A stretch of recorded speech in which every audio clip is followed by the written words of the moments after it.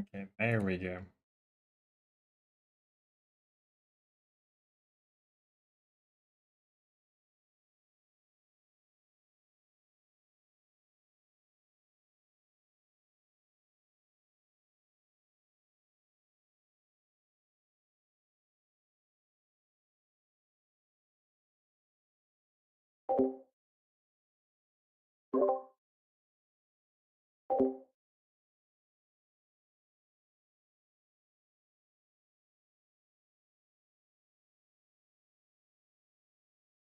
Wait, Basil, that's what you just considered doing. What do you mean?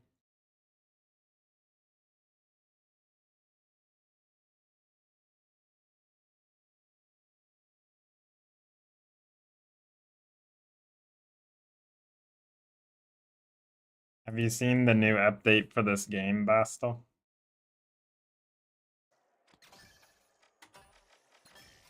It's still not enough to save it, in my opinion. Like, the update itself is really good, like, content-wise, but the balancing of the game is still so bad. It's like, they really gotta work on that one. It's crazy. They added a lot of, like, cool rewards and stuff.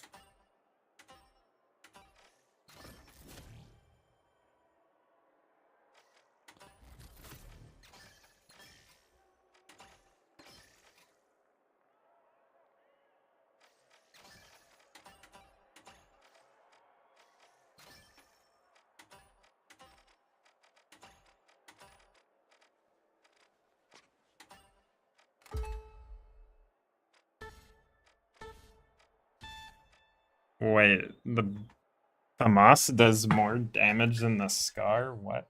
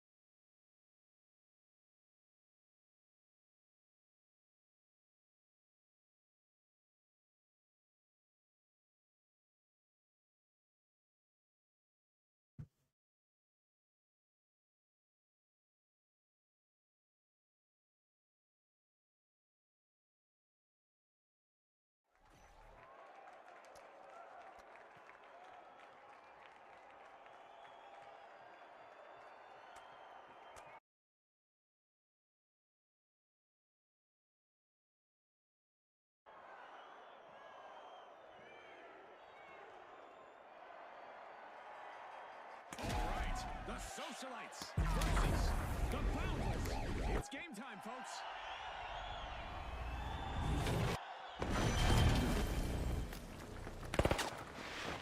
And Power Shift is underway. It's a constant battle for control. I'm heading for the spot on, June. And as command of the platform shifts, the power and the cash earnings in the game.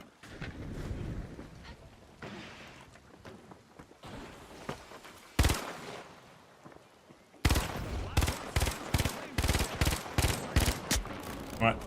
Why? Like, I'm not even gonna complain about it because I honestly don't care about this game, but and the freaking, like, First elimination is in the books. where the bullets are going literally makes no sense half the time.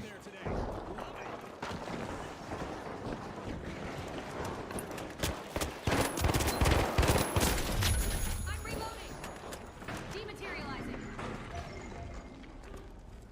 Obstacle removed.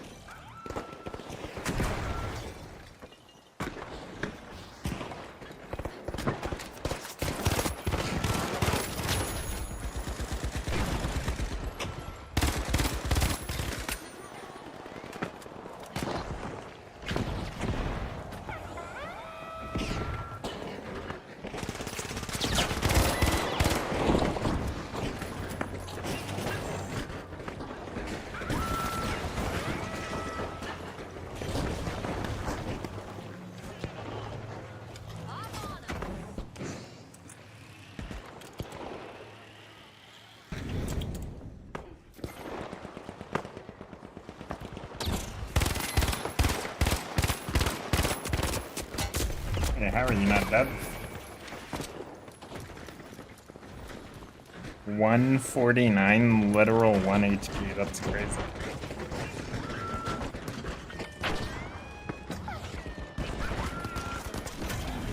Pushing toward their base. Let's get airborne. The Boundless are getting ahead, folks. That's some solid teamwork.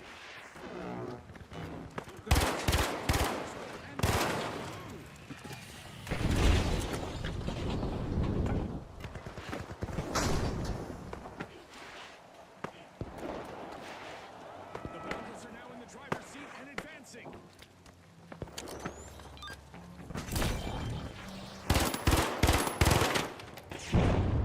Deploying jump pad. Hop on up.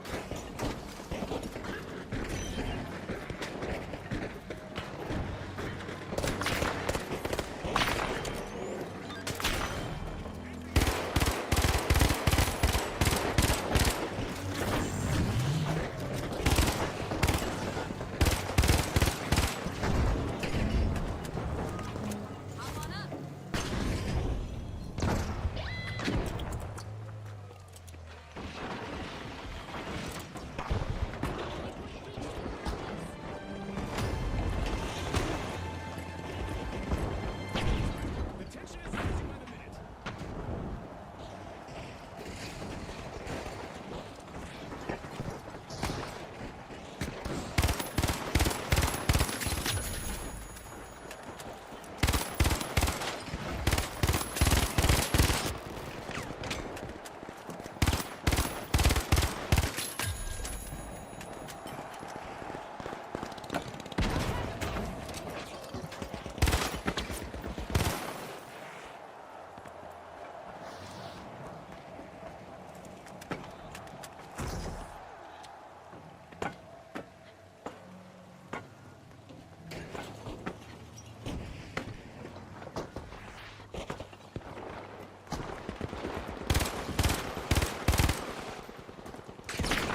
Victory within reach.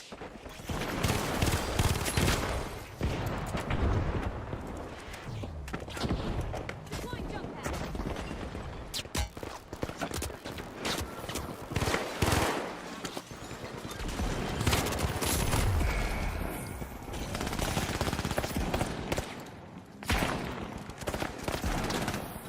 Claim the platform. Oh, you can change the contestant now, that's funny.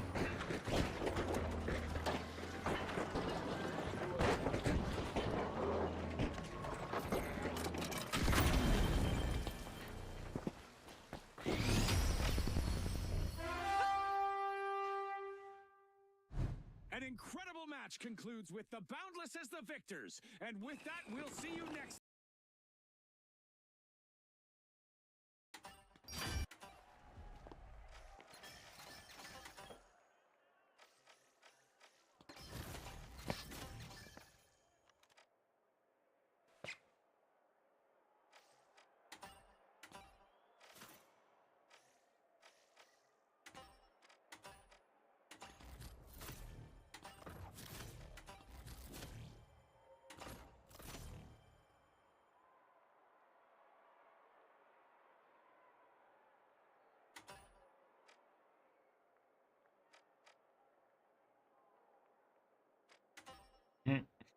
All the top 500 kids are the same players, it's crazy.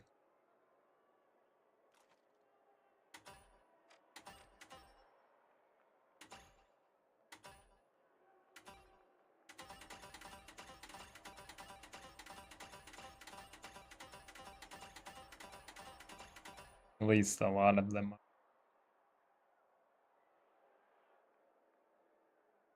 Gold 1.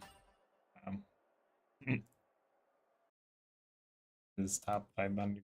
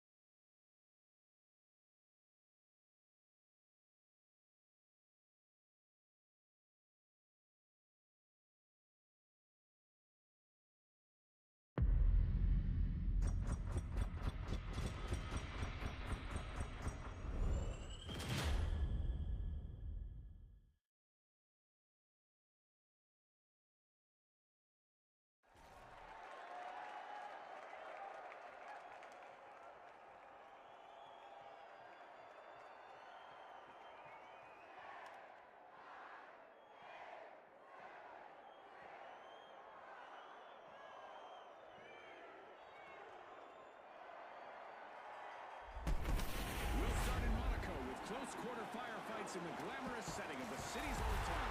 Brought to you by us Booze. Now, the shock and awe, the retros, the Vogues, and finally, the Boundless. The stage is set. It's showtime.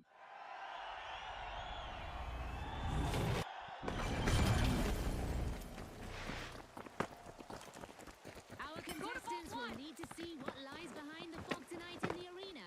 For some of them, it will be a victory. For once, our arena hasn't been shaken or stirred. It's a straight-up playing field for this round. The Boundless are strong-armed.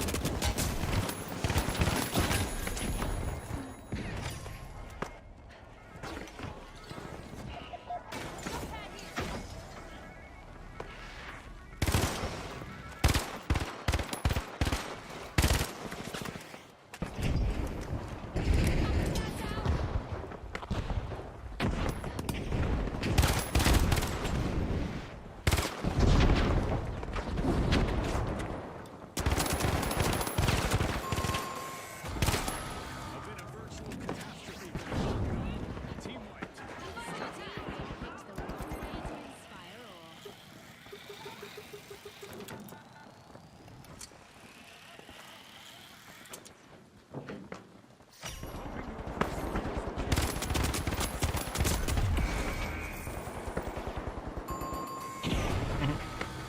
The shock and awe are rejoining. What's up, Dragon? I got off because I went like negative 180 or something from teammates throwing, and I'm only getting like gold teammates and pred lobbies, so I'd rather just not even mess with it right now. But true. A totally tubular play as the Retros have just started a cash out.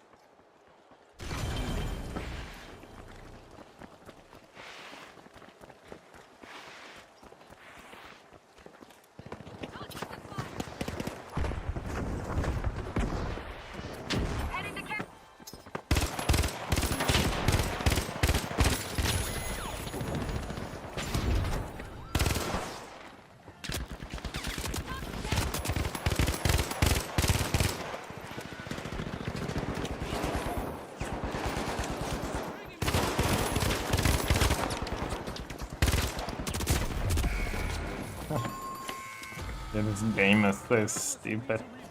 Team wiped.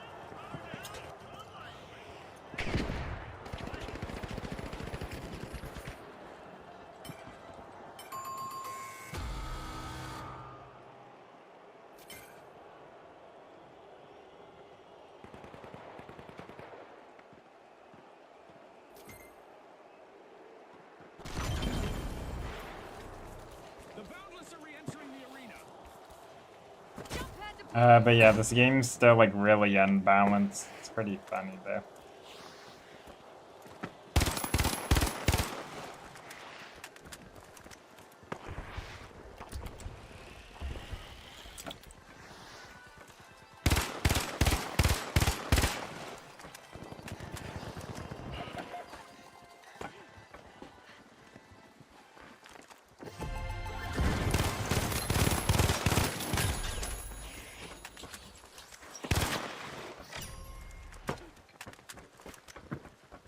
Pad ready.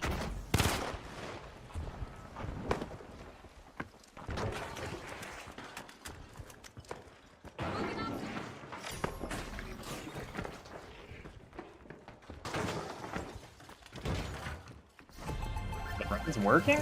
Like, what happened?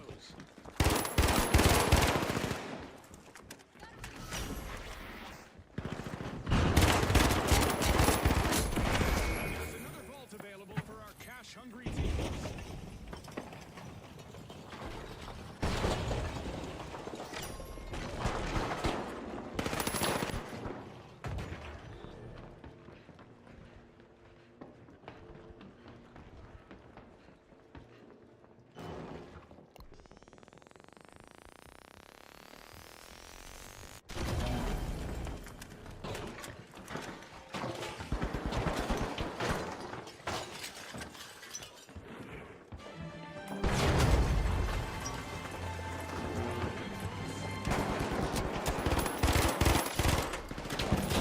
And the Vogues take the upper hand.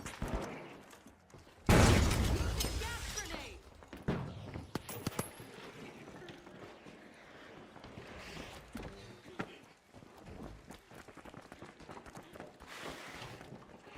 Going up there.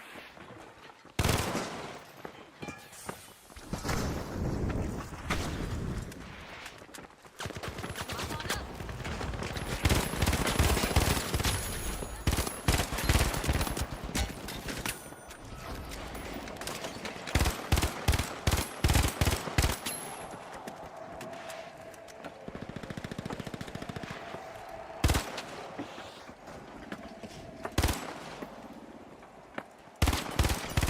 The Vogues just secured the cash out.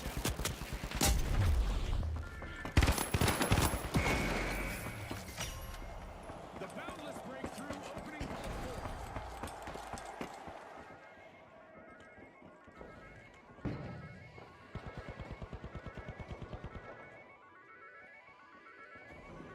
So funny, I still remember when I said how broken Recon Sense was, and people were calling me a bot, and then it was literally so busted they removed it entirely from the game.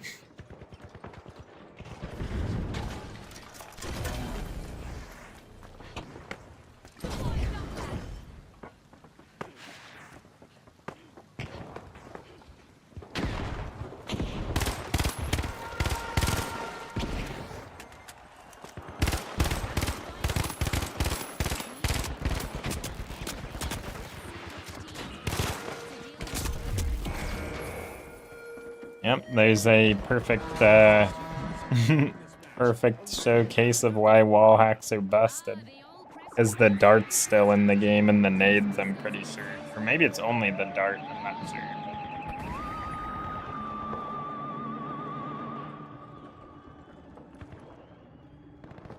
Time to gear up for a close encounter with combat. We didn't translate the rules into whatever language these folks speak, so expect some major issues.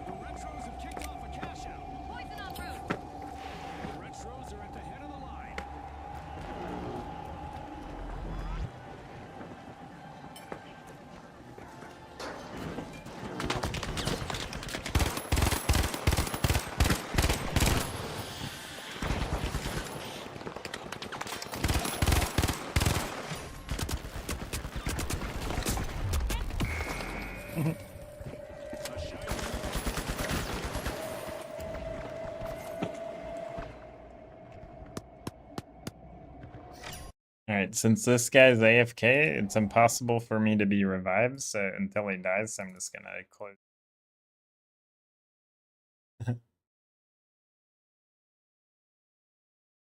Dang, I took up so much time setting up these 2 streams on YouTube too for this.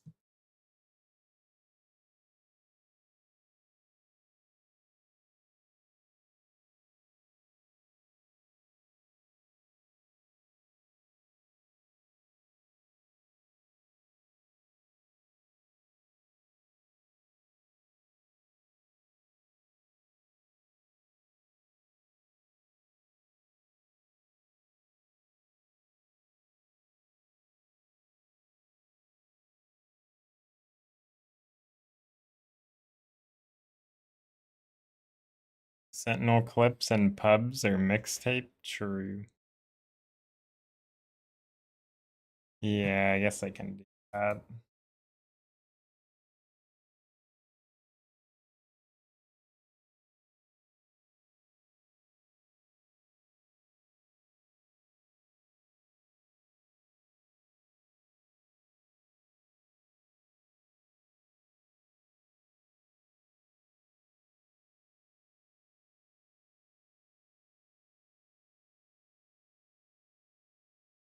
Let me go change both of my thumbnails and titles, or all 3 of them technically.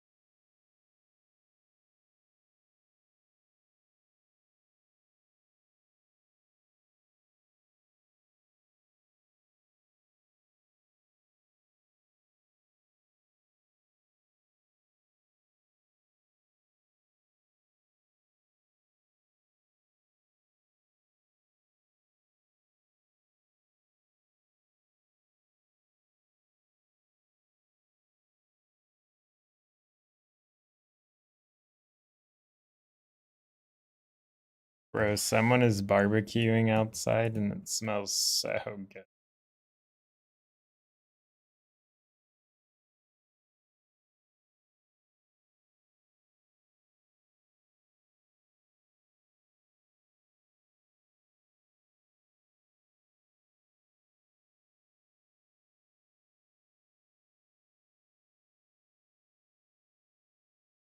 Eat barbecue now.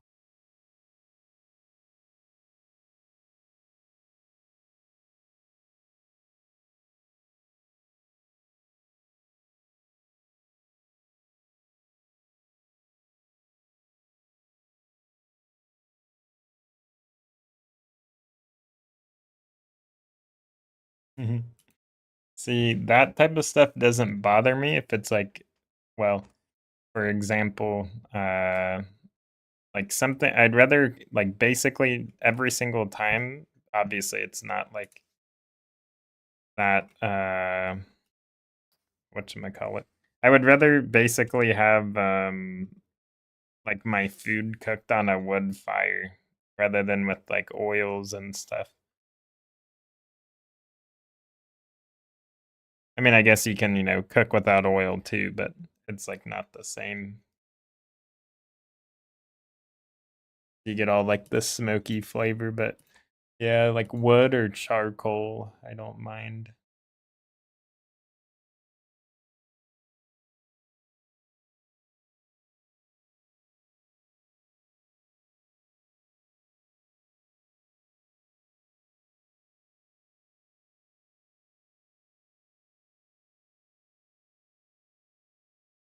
Bro, I can't believe how bad the finals is. That's actually so funny, but also sad.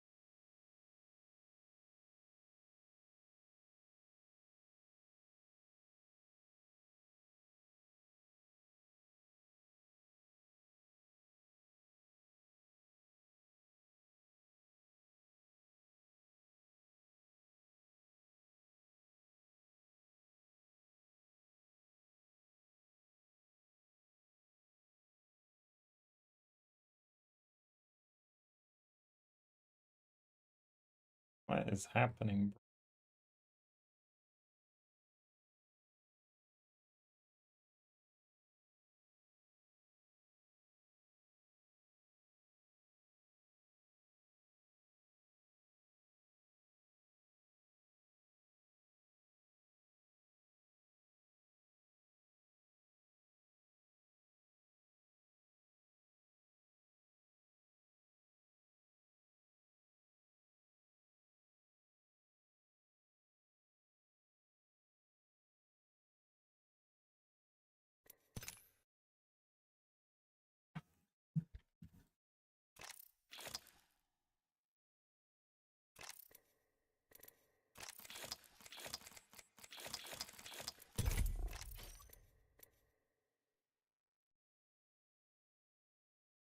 I honestly do not like this Thunderdome map at all.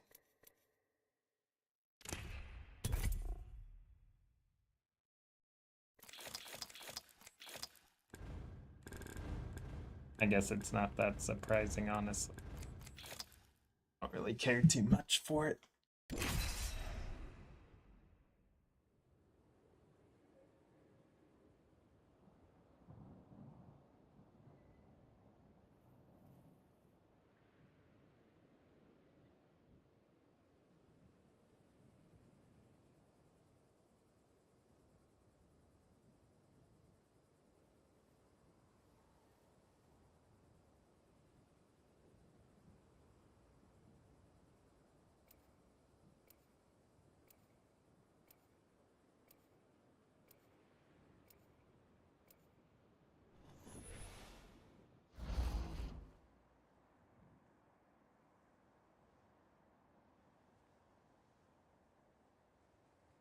All aboard the up train.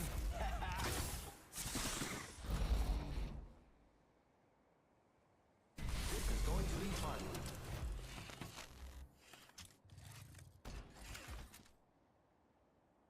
Each choice changes everything. I nutted. I just nutted. This is your champion. Violence for science. Oh, quite the catchphrase that. It's time. I'm the jump master. Look into my eyes. I want to remember this. We should land there. Looks like Copy fun. that. This might be a good place. Cancel that. Are we live, SHOKKUSAN? Here we go. Ready up. You're in view of the enemy.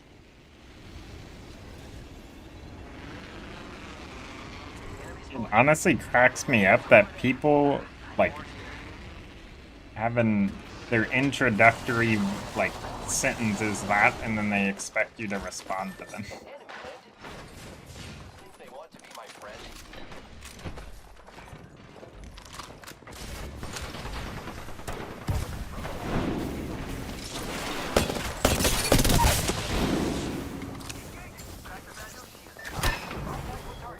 Throwing Arc Star. And your next champion is right here. Crack. Give me a sec. We're already in the ring. Just you. Yo, cracked an enemy shield. Down that one.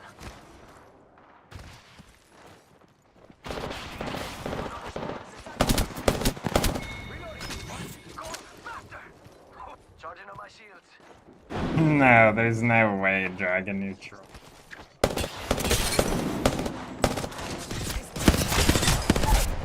The heck?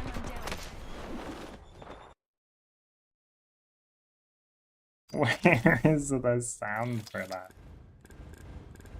Oh, Jesus.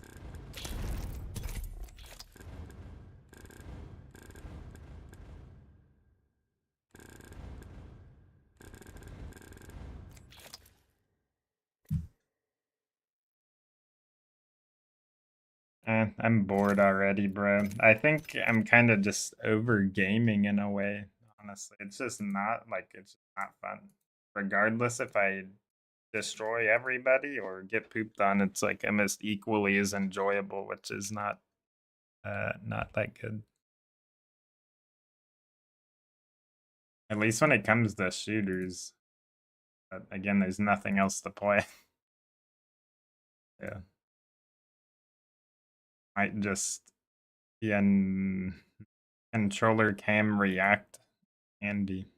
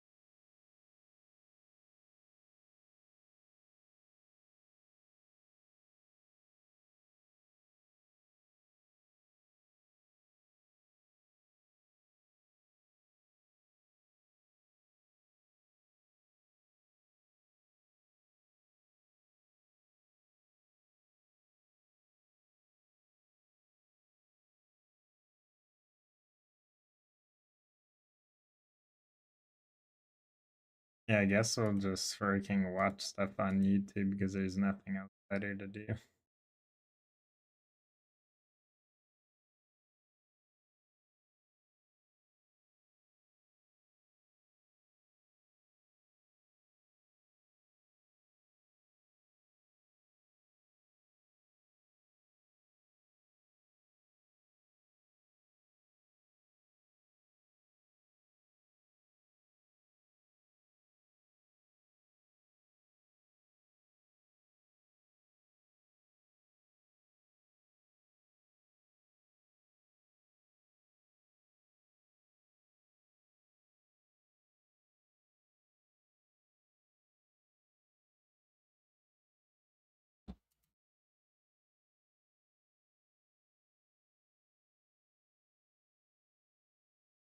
Hold on a second. Beanie needs fed actually. Well, in a little bit, but he's breaking down the door now.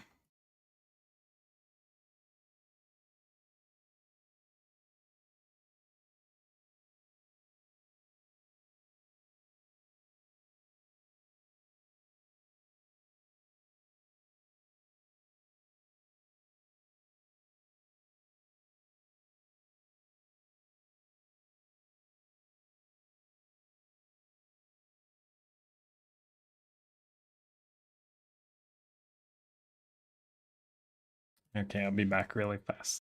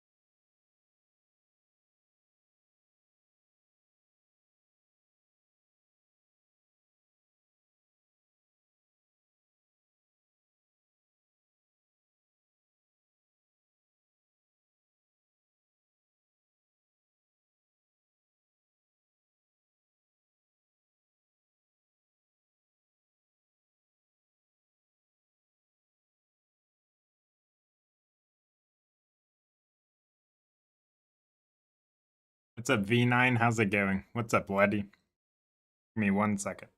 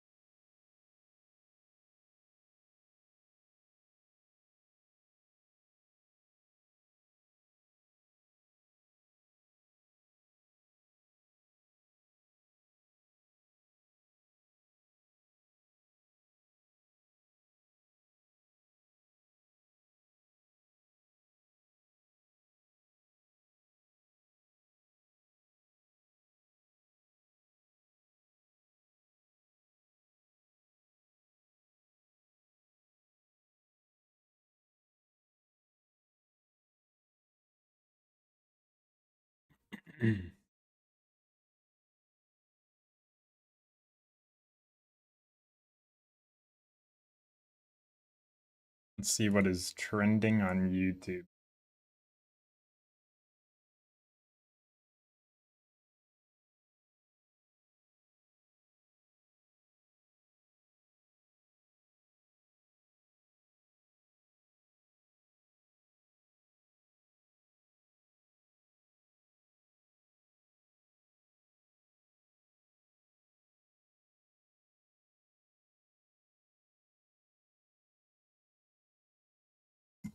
Looks like a bunch of hoopla to me.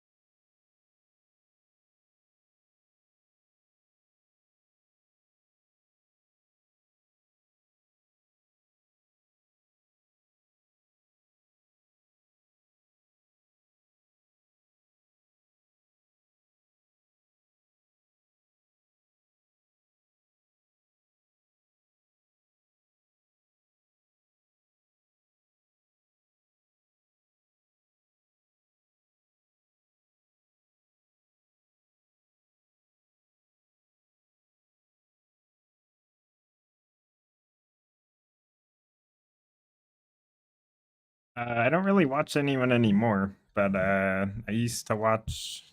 I still watch Co Carnage sometimes, not much anymore, just because I don't really watch much other than YouTube, and then even then,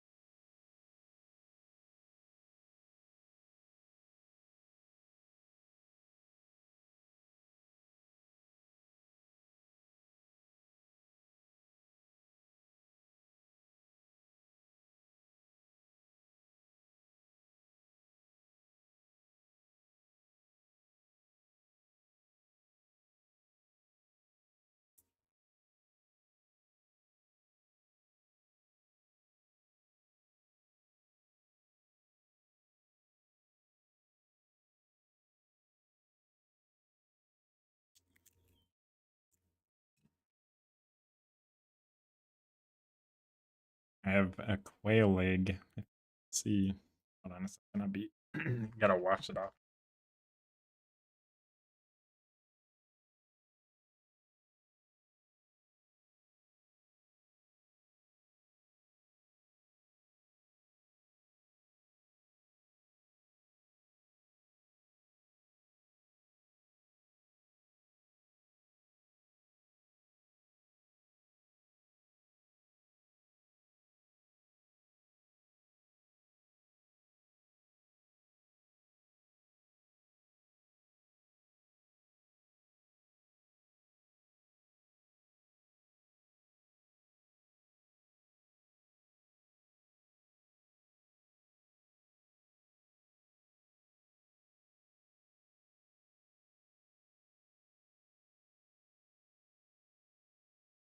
Okay, here we go. You can see the yolk through the bottom a little.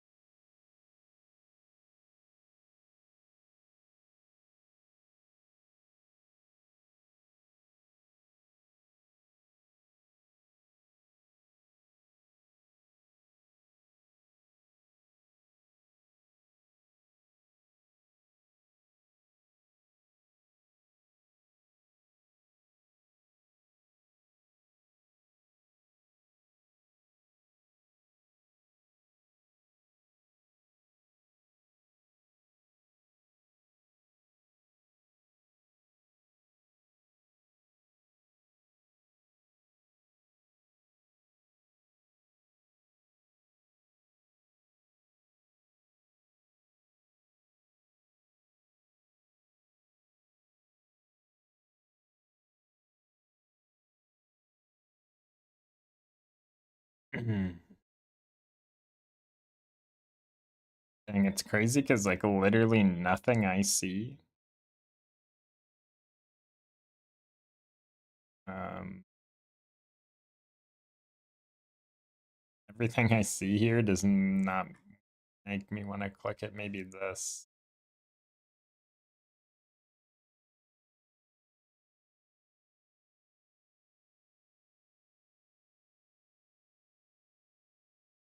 But even then, just the rocket going into the air. It's cool. It's the biggest rocket, etc.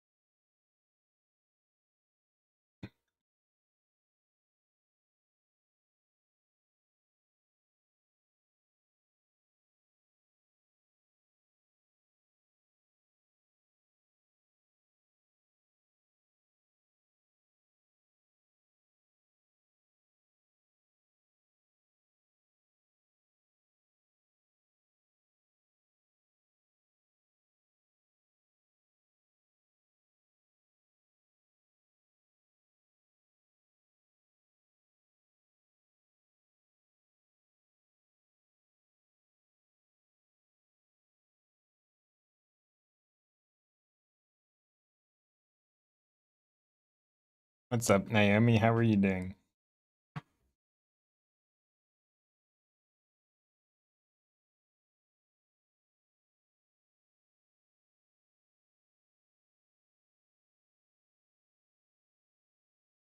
Yeah, nothing in this trending section looks interesting to me at all. Good, that's good to hear.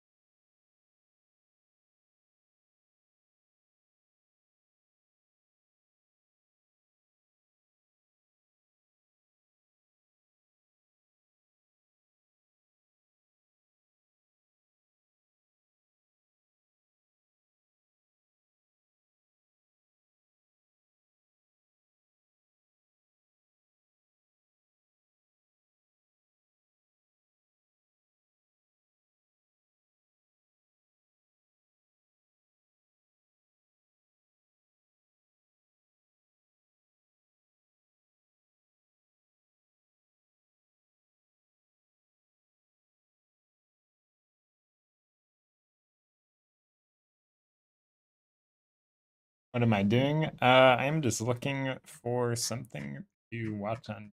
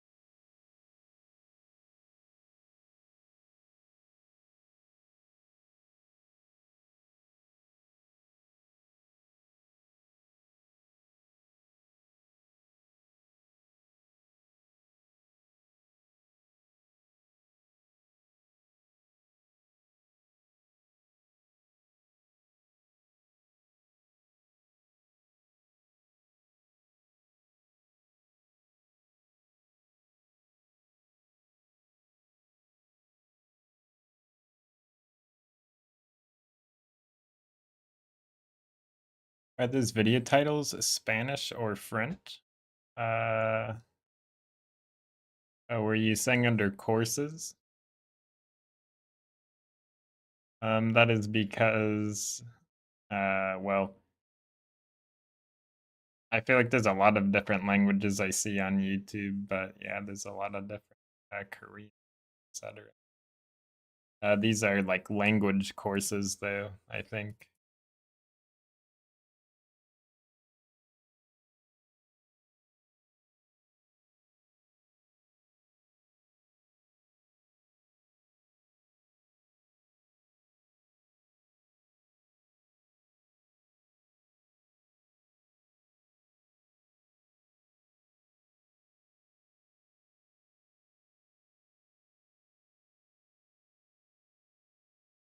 All right. My friend. Oh my god, that is so loud. Nobody cares about insurance.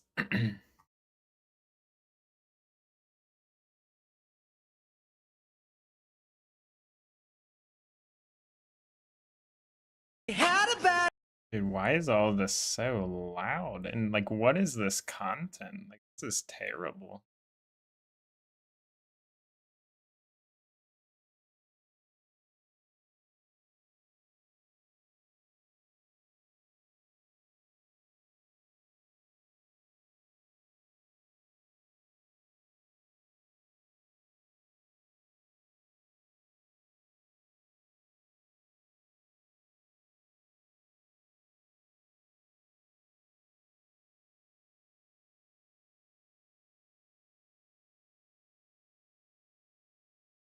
Wait, did they just scrape?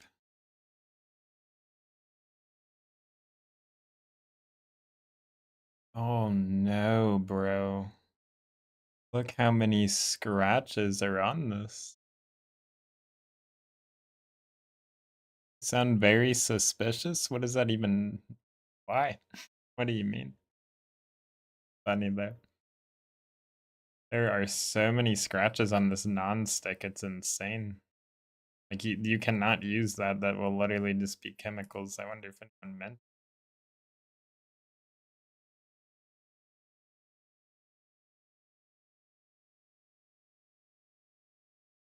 No, there's literally nobody that says anything about it. This pan is so scratched. Literally, it's just toxic chemicals pouring out.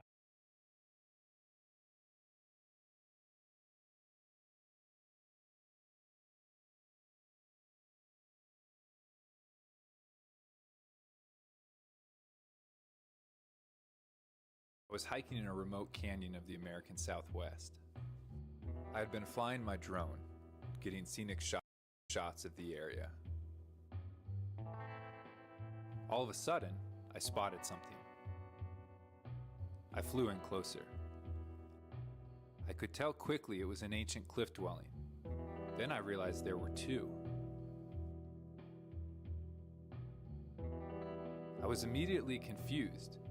There seemed to be 0 access points to these ancient structures. Sounds good, Naomi. I hope it gets better. Even lived there in the past. I used to have to do the same stuff. What I found was mind-boggling. Hey everybody, it's Andrew from Desert Drifter. Thanks for tuning in. So we need to make some moves because the shadows are starting to grow long and we gotta go see what this thing is. I've been out here most of the day and starting to think, okay, I should probably head back pretty soon. And then saw these things. It definitely looks pretty wild. But I've also had a lot of instances, whether it was looking at it from a drone or just my own eyes, but from a distance, you know, looking at something and either thinking, wow, that looks really hard. And then you get up close and, you know, it's really not. Or vice versa, where sometimes you underestimate things and it turns out to be a lot harder. So I don't know what this is going to turn out, but we're going to find out. I've got to contour around this bend and get out into the sun again. And it looks like they're kind of out on a corner of the canyon. Okay, so I believe it was somewhere over on this canyon wall. Just got to find a way through the brush here.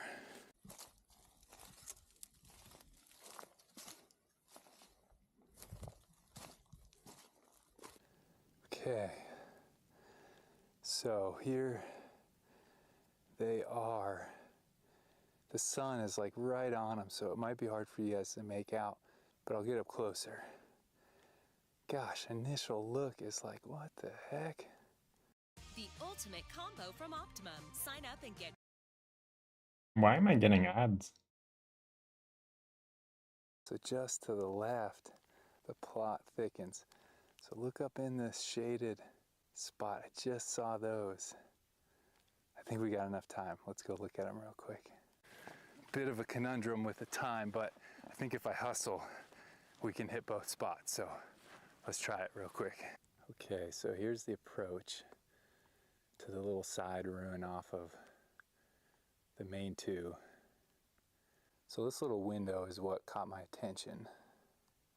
It's probably about 12 feet off the ground, just a sheer face, but it kind of continues over there. So let's go see if there's a way up back there. There's a little structure in the back here that's fallen down, but the main thing is just right up this little slab. It's not bad at all.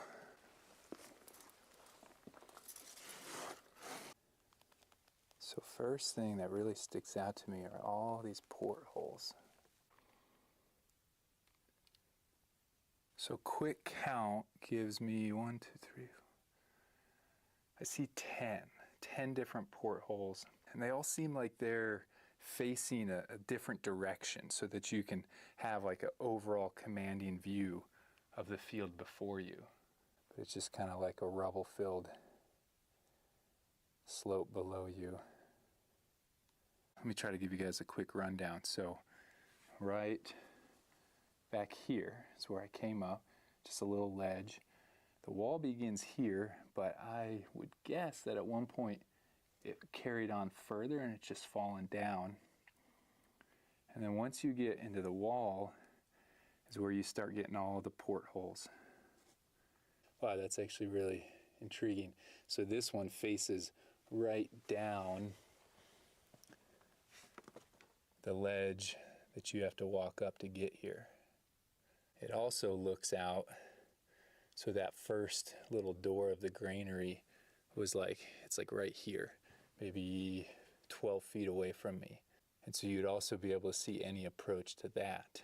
So you got the end of this What's up, wall, Crunker? How are you? there's another doorway here, and this would eventually lead you into that second granary. But this one's fully closed up. There's no, portholes in there, which makes me think that was just purely a storage spot. It's an intriguing spot for sure with all these like portholes. I've seen that a few different places here in the Southwest. And sometimes people say like, oh, well, that must be like gun holes and stuff. These ruins here, I mean, this thing's at least 800 years old.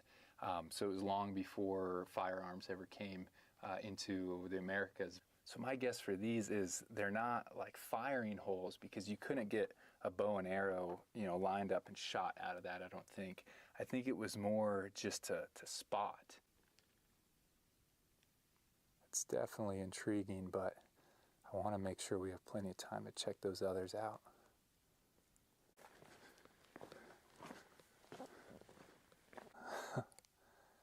Wow. They're up on top of that thing. There's one, and there's the other. My first impression is, what the heck? But I also haven't gone over here yet, so let's go look at that. Here's another angle. Really, Crunker? Yeah, I don't like the grips on it really, though. I will say maybe on the black one I would, because the black one, for some reason, you see how it's very reflective? It gets like very glossy, like it's like a coating came off. So below It's the kind of room, I'm gross. starting to see a number of just pieces of broken pottery. It didn't happen to the white one, though, Old which is broken weird. Stone tools as well. Oh, wow, definitely a big piece concealed by the sagebrush. Wow. Look at that design. That's a much thicker chunk than most pottery I've seen. Huh.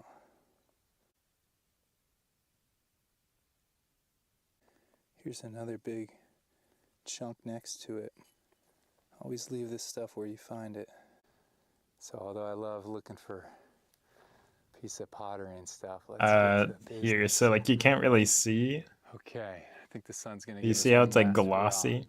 So I'm gonna drop the pack. If you guys watch the It's channel not normally, sweat. It looks you know how like it goes. sweat, but I it's think I'm just gonna literally, bring my little it's just action like camera. coming So off. there's definitely I don't- access it- to this weird. first ledge up here.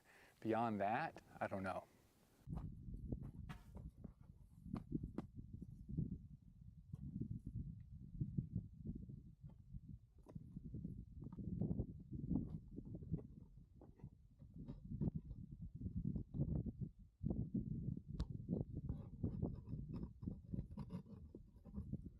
Yeah, or it also could be like some form of coating that's supposed to like protect the material, but it does not do a very good job at that, at least on this one. Again, on the white G Pro, it doesn't happen. I don't know why. It's just like a different coating, maybe, than or different paint that just binds better or something. I don't know.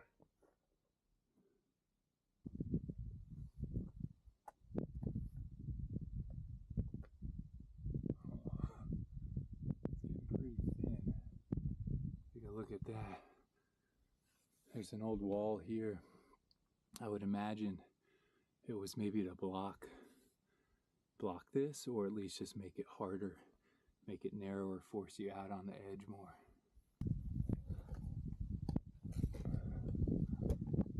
I have to crawl under this section here.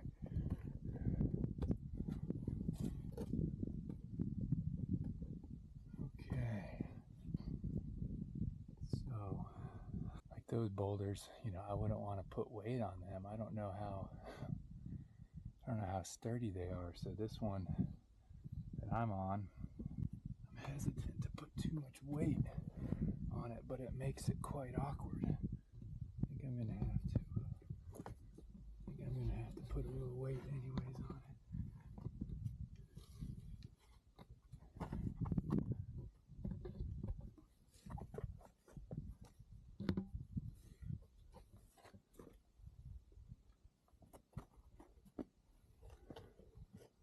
This is, wow, this is getting kind of nuts.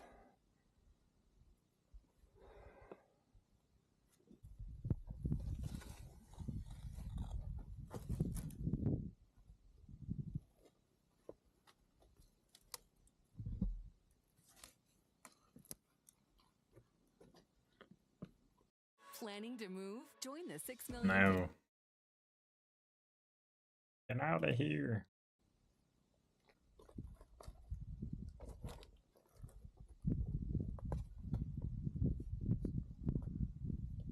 Okay, a little wider here. So there was definitely some old wall right here. What it was for, I don't know. Huh. There's one of them. What do we have up here? So I'm probably 40 plus feet off the ground at this point.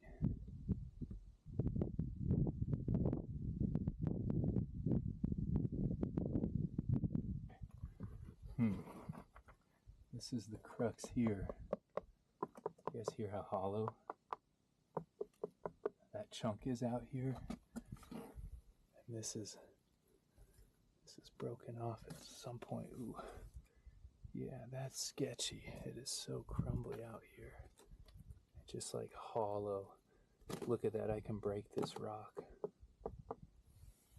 Man, there's no way that's, I mean, you'd have to be like incredibly tiny. I don't know that anybody truthfully could really do that. So yeah, you gotta step down onto that ledge and then walk up there. Almost looks like down there, this little walkway is hollow. Like it's like a floating arch almost. Huh. I don't know, guys, I don't like it. I think I'm gonna bail. It was super awkward up there. I want to get the drone up because, one, I want to take a look at it, but when I was up there, I could kind of like look around the corner and I was like, I think the ledge ends, but yet there's another ruin over there. So we got to take a closer look. As you guys can see, sun is setting. It's beautiful. I'm just gonna hike back in the dark. That's the moral of the story, because we got to take a closer look at this. Okay, so I probably just flew the drone for like 20 minutes trying to get every angle, every possible approach. Let's go take a closer look down here. What I saw, it's crazy. Like I don't really have words for it. Okay, so this is the bottom view of where I bailed. I bailed right there. And I don't know how well that camera picked it up, but the rock was like super hollow up there. It was like just crumbly. Yeah, I mean, most likely it's gonna hold. I've had friends that have had some really close calls with just stepping on a rock at the wrong time and just, if my life depended on it and I had to get across it, yeah, I would totally do it. You know, on the spice factor, like, I don't know, maybe it's like a 3 out of 5. Like, it's a little heady, but, you know, that, honestly, so I should probably clarify. So getting... Okay, let's let a more sane and collected desert drifter break this down, because what I found out there deserves further explanation. On the right side of the screen, you'll see the ramp I scrambled up to gain access to the ledge. Along the ledge, you'll see the first small wall here. And then beyond the sketchy balanced boulders, the remnants of the second wall I came across.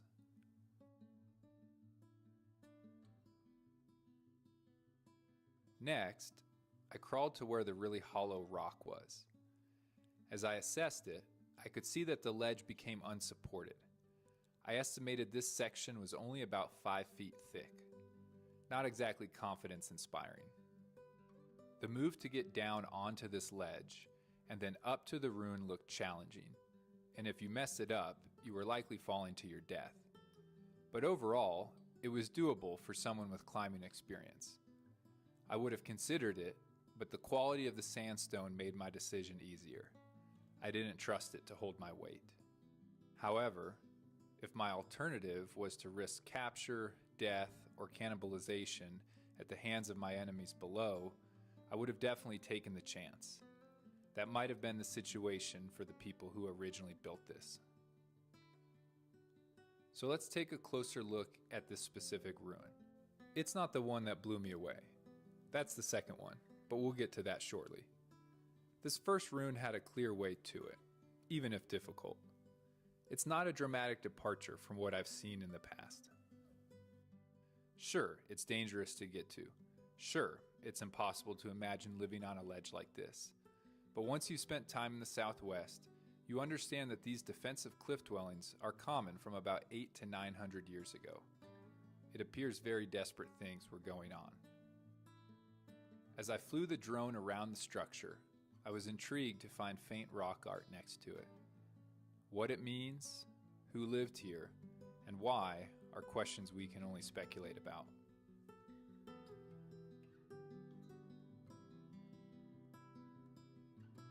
Why do over 300,000 people love One Wheel? They don't.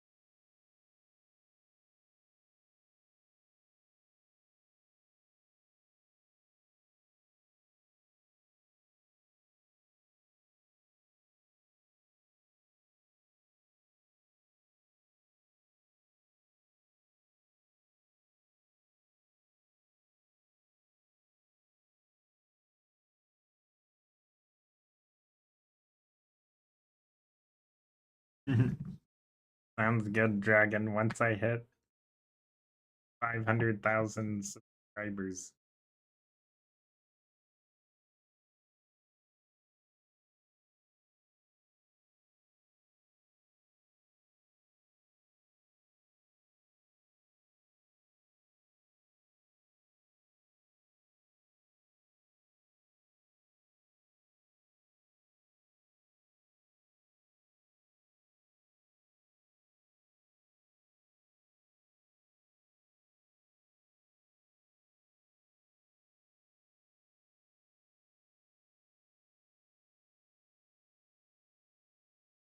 Look at this clickbait thumbnail that's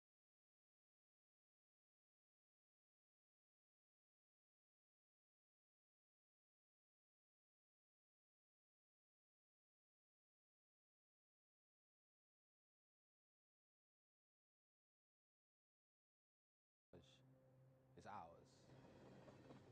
The bridges, the towers, the flat saw, semi-detached housing with minuscule backyards or balconies for gardens. Which part? Tell me. Where does the story of this picture start? If architecture in this city is built on answers, pity the decisions on planning permission don't really consider emotional well-being as one of the most pivotal questions to ask, to pass. After studying architecture, I realized, okay, like there are certain conditions, architectural conditions that put you into a place that meets your criteria for well-being. Me and you, we walk past every one of their constructions, work in them, earn a living to die in them, which is why whenever I walk by and feel like my environment is hell-bent on being a private members club, I know very well that I'm not welcomed.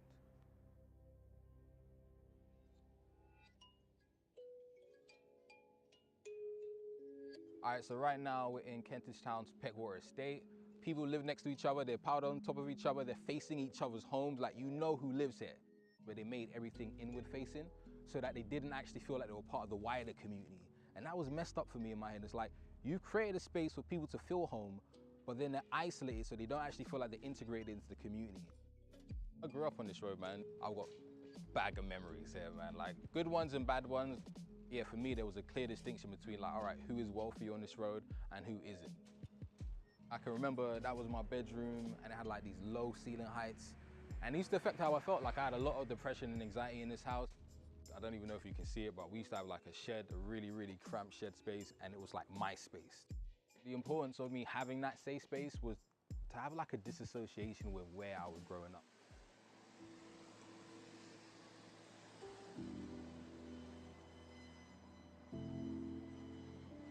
I tell myself Kentish Town, my old local area, was a focal point that's clearer now I've left and ventured out, where knowledge on scale, color, texture, light, aesthetics and compositional effects are telltale signs, or whether or not someone realized statistically, we spend 90% of our lives inside.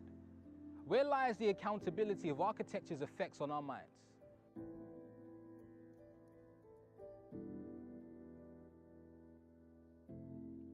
You know when you finish uni and you just want to go somewhere to really chill and relax? This is the one place, like after getting architecture in my mind, and my mind was like, all right, cool, I'm gravitating to spaces. What is it about being in front of like a huge amount of water that just makes me feel like, do you know what, this is a calm setting, this is serene, it's a sanctuary. There was even a test, right, that showed the students who had the highest floor to ceiling height would actually learn more and allow their brain to be more productive.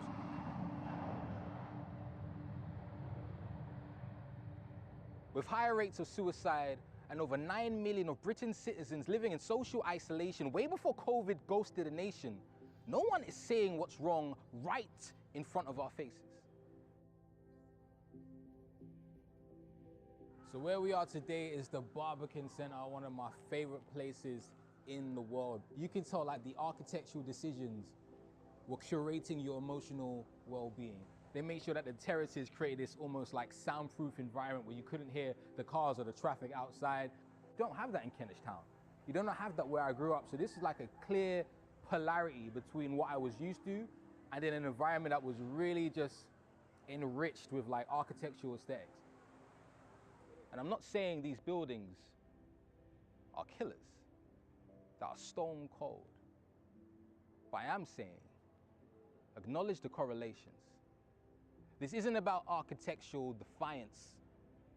It's about the well-being of our minds. Finally, being your clients.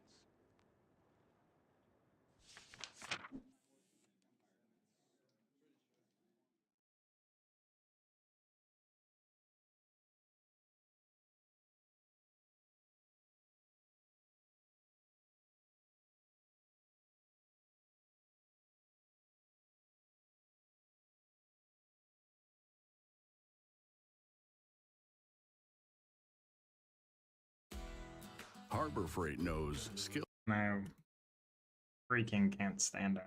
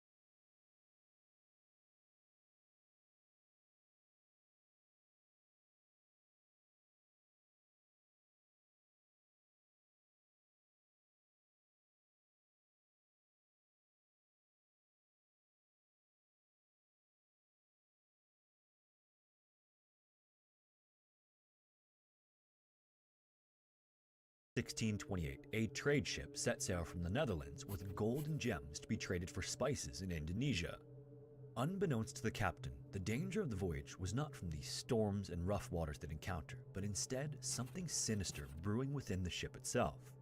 In the end, this would result in the loss of the majority of the over 300 passengers, but even worse than that, the prolonged suffering of many of the survivors. This is their horrifying story, and as always, viewer discretion is advised.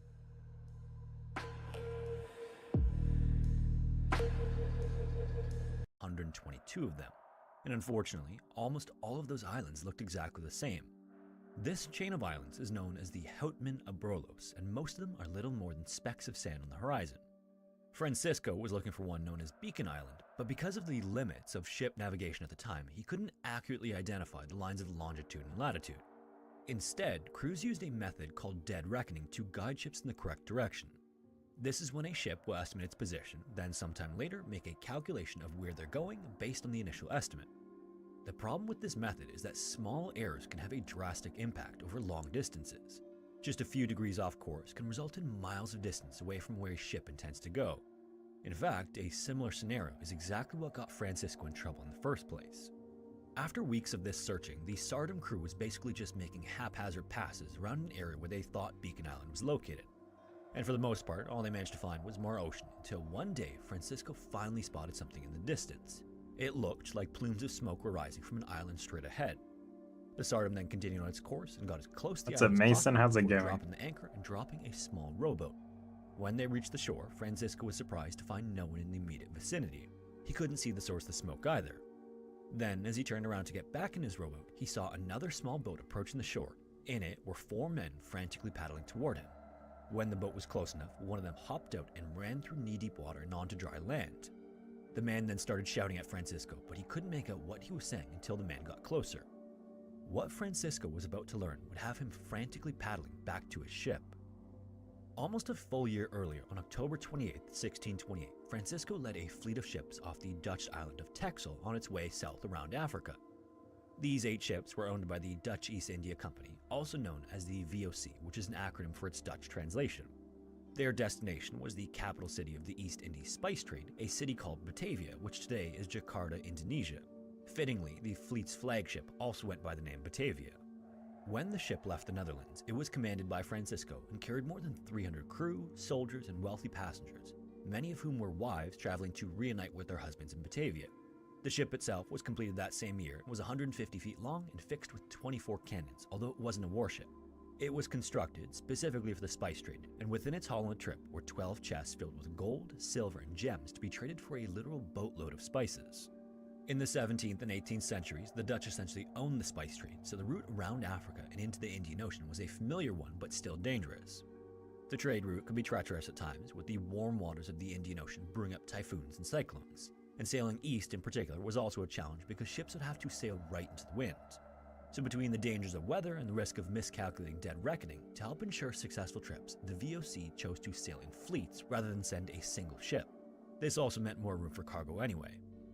Right from the beginning, this particular trip didn't get off to the best start.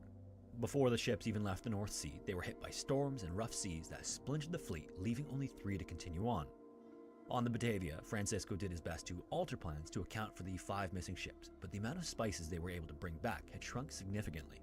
In addition to this loss of cargo capacity, the command structure of the VOC was unique and created tension for the captains. Each of the other ships had its own captain, but aboard the Batavia, there were 2, Francisco and another man named Arian Jacobs.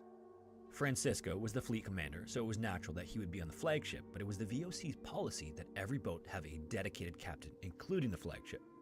It was also policy that the captain of the flagship couldn't be captain of the fleet and vice versa, so this meant there was already a natural power struggle on the flagship by default. And this was even more true on this voyage because Francisco and Aaron had a bit of a history. While performing these same duties 2 years earlier, Aaron got extremely drunk one night and started taking verbal shots at Francisco in front of the other men. Francisco took this as a challenge to his authority, and compromising his reputation among the men wasn't something he took lightly. So when the fleet returned to the Netherlands, Francisco publicly reprimanded Arian. Afterward, neither man trusted the other, but they were now forced to rely on each other to get a fleet that had been reduced by more than half to Indonesia and back. And on Francisco's side, his mistrust of Arian was well founded. What he didn't know at the time was that Arian had been plotting a mutiny with a junior merchant named Geronimus Cornelius. Geronimus wasn't a sailor, but he was a high-ranking official within the VOC, and that was good enough to make him Arian's second in command. Now, given how long ago this all took place, Geronimus' original purpose for being on the ship at all is contested, but there was a rumor that he joined the voyage to evade arrest for some heretical religious beliefs. Apparently, Geronimus was known to have an obsession with the art of a painter who claimed that his paintings were a collaboration between himself and the spirit world. This artist was eventually imprisoned for heresy, and Geronimus viewed him as a role model of sorts. He apparently did little to hide these beliefs aboard the ship too, allowing him to identify potential allies who shared the same views. But these beliefs extended to something more sinister even. Being on the ship and organizing a mutiny would make it possible to navigate the ship to somewhere remote and start a new colony with him as the ruler. And so Geronimus spent much of the time recruiting mutineers to take part in this scheme. As a warning, here is where things begin to get incredibly dark. This plan called for several crewmen to assault one of the affluent married women on board. The goal was for the crewmen to get caught in the act or afterward, at which point Arian and Geronimus would work to convince the men that Francisco's punishment was harsh and unfair, leading to a mutiny. The Batavia then stopped at the Cape of Good Hope near Cape Town, South Africa to pick up supplies, and the mutiny plan would get underway as soon as the ship left. Once it did, the crewmen who volunteered for this part of the plan went below deck to assault the 27-year-old woman they picked out. However, inside the dark hull, it was impossible for her to see who her attackers were. This meant that when she was unable to identify them later, horrifyingly, the issue was completely dropped. And even worse, although Arian and Geronimus' plan had failed, Francisco still had no idea about their plan. In fact, he was distracted by the accomplishment of getting to the Cape of Good Hope a month ahead of schedule. Despite the rough start, things had been smooth for months as the Batavia worked its way around Africa. Their good fortune wouldn't last much longer, however, and shortly after entering the Indian Ocean, a storm came up and separated the last 3 ships. When the weather cleared, the Batavia was alone, and Francisco realized that's how they have to cross the Indian Ocean. With time running out before their final destination, Arian and Geronimus needed a plan B. So when Arian ordered the ship to depart the Cape of Good Hope, he intentionally began guiding the ship off its intended course, and with no objective instruments to measure this, Francisco was once again in the dark about what was being done around him. Then, in the early morning hours of June 4th, 1629, the captain was sleeping in his bunk when the Batavia suddenly and violently came to a dead stop with a tremendous noise. Now, wrecking the ship was not part of the plan Arian and Geronimus came up with. The intention of going off course was either to paint Francisco as an inept commander or buy themselves more time to come up with a better plan. What actually happened was the result of Arian badly miscalculating dead reckoning for his new route, and the ship crashed into Morning Reef just off the coast of Western Australia in the Houtman and Brolos Islands. During the crash, a handful of crew, soldiers, and passengers ended up in the ocean through the cracked hull and were never seen again. These would be just the first of many to come. The Batavia, meanwhile, was damaged beyond repair, and its maiden voyage would be its last. In the immediate aftermath of the crash, the ship's longboats were deployed, and crewmen started ferrying people to an island just to their northwest. By sunrise, around 180 people, including 30 women and children, were relatively safe on Beacon Island. That morning, Francisco ordered a search of the area for water and food, while he instructed others to salvage what they could from the ship. Unfortunately, all that could be collected were a few barrels of biscuits and some water. Estimates vary on the number of people who died in the wreck, but it's thought to be somewhere between 30 and 50, meaning that some biscuits and water weren't going to support the survival of nearly 300 people for very long. And unfortunately, Beacon Island wasn't going to either. It was more of an outcropping than an island. It has an area of roughly 13 acres, and all of that area is basically just sand and small shrubs. And although it's part of a chain of 122 islands about 50 miles west of the Australian mainland, most of the chain look more or less similar to Beacon Island. This meant that Francisco had to figure something out quickly, or they would all begin to starve. So with his senior officers, he came up with a plan to sail one of the longboats to mainland Australia to see if survival there would be any easier. The next night, Francisco led 48 people, including Arian, back into the Indian Ocean on a course for Australia. The trip there was unremarkable, and Francisco organized the men for a search of the vicinity right away. Unfortunately, after hours of looking, the mainland wasn't much better, so Francisco had to make another decision. He could either return to Beacon Island and regroup or turn the longboat north toward Batavia, more than 1,800 miles away, and hope for the best. The problem was that the type of longboat they had was not built for long journeys, let alone through rough water. This style of ship was more like a lengthier rowboat, low to the water and with nothing to protect those on board from the elements.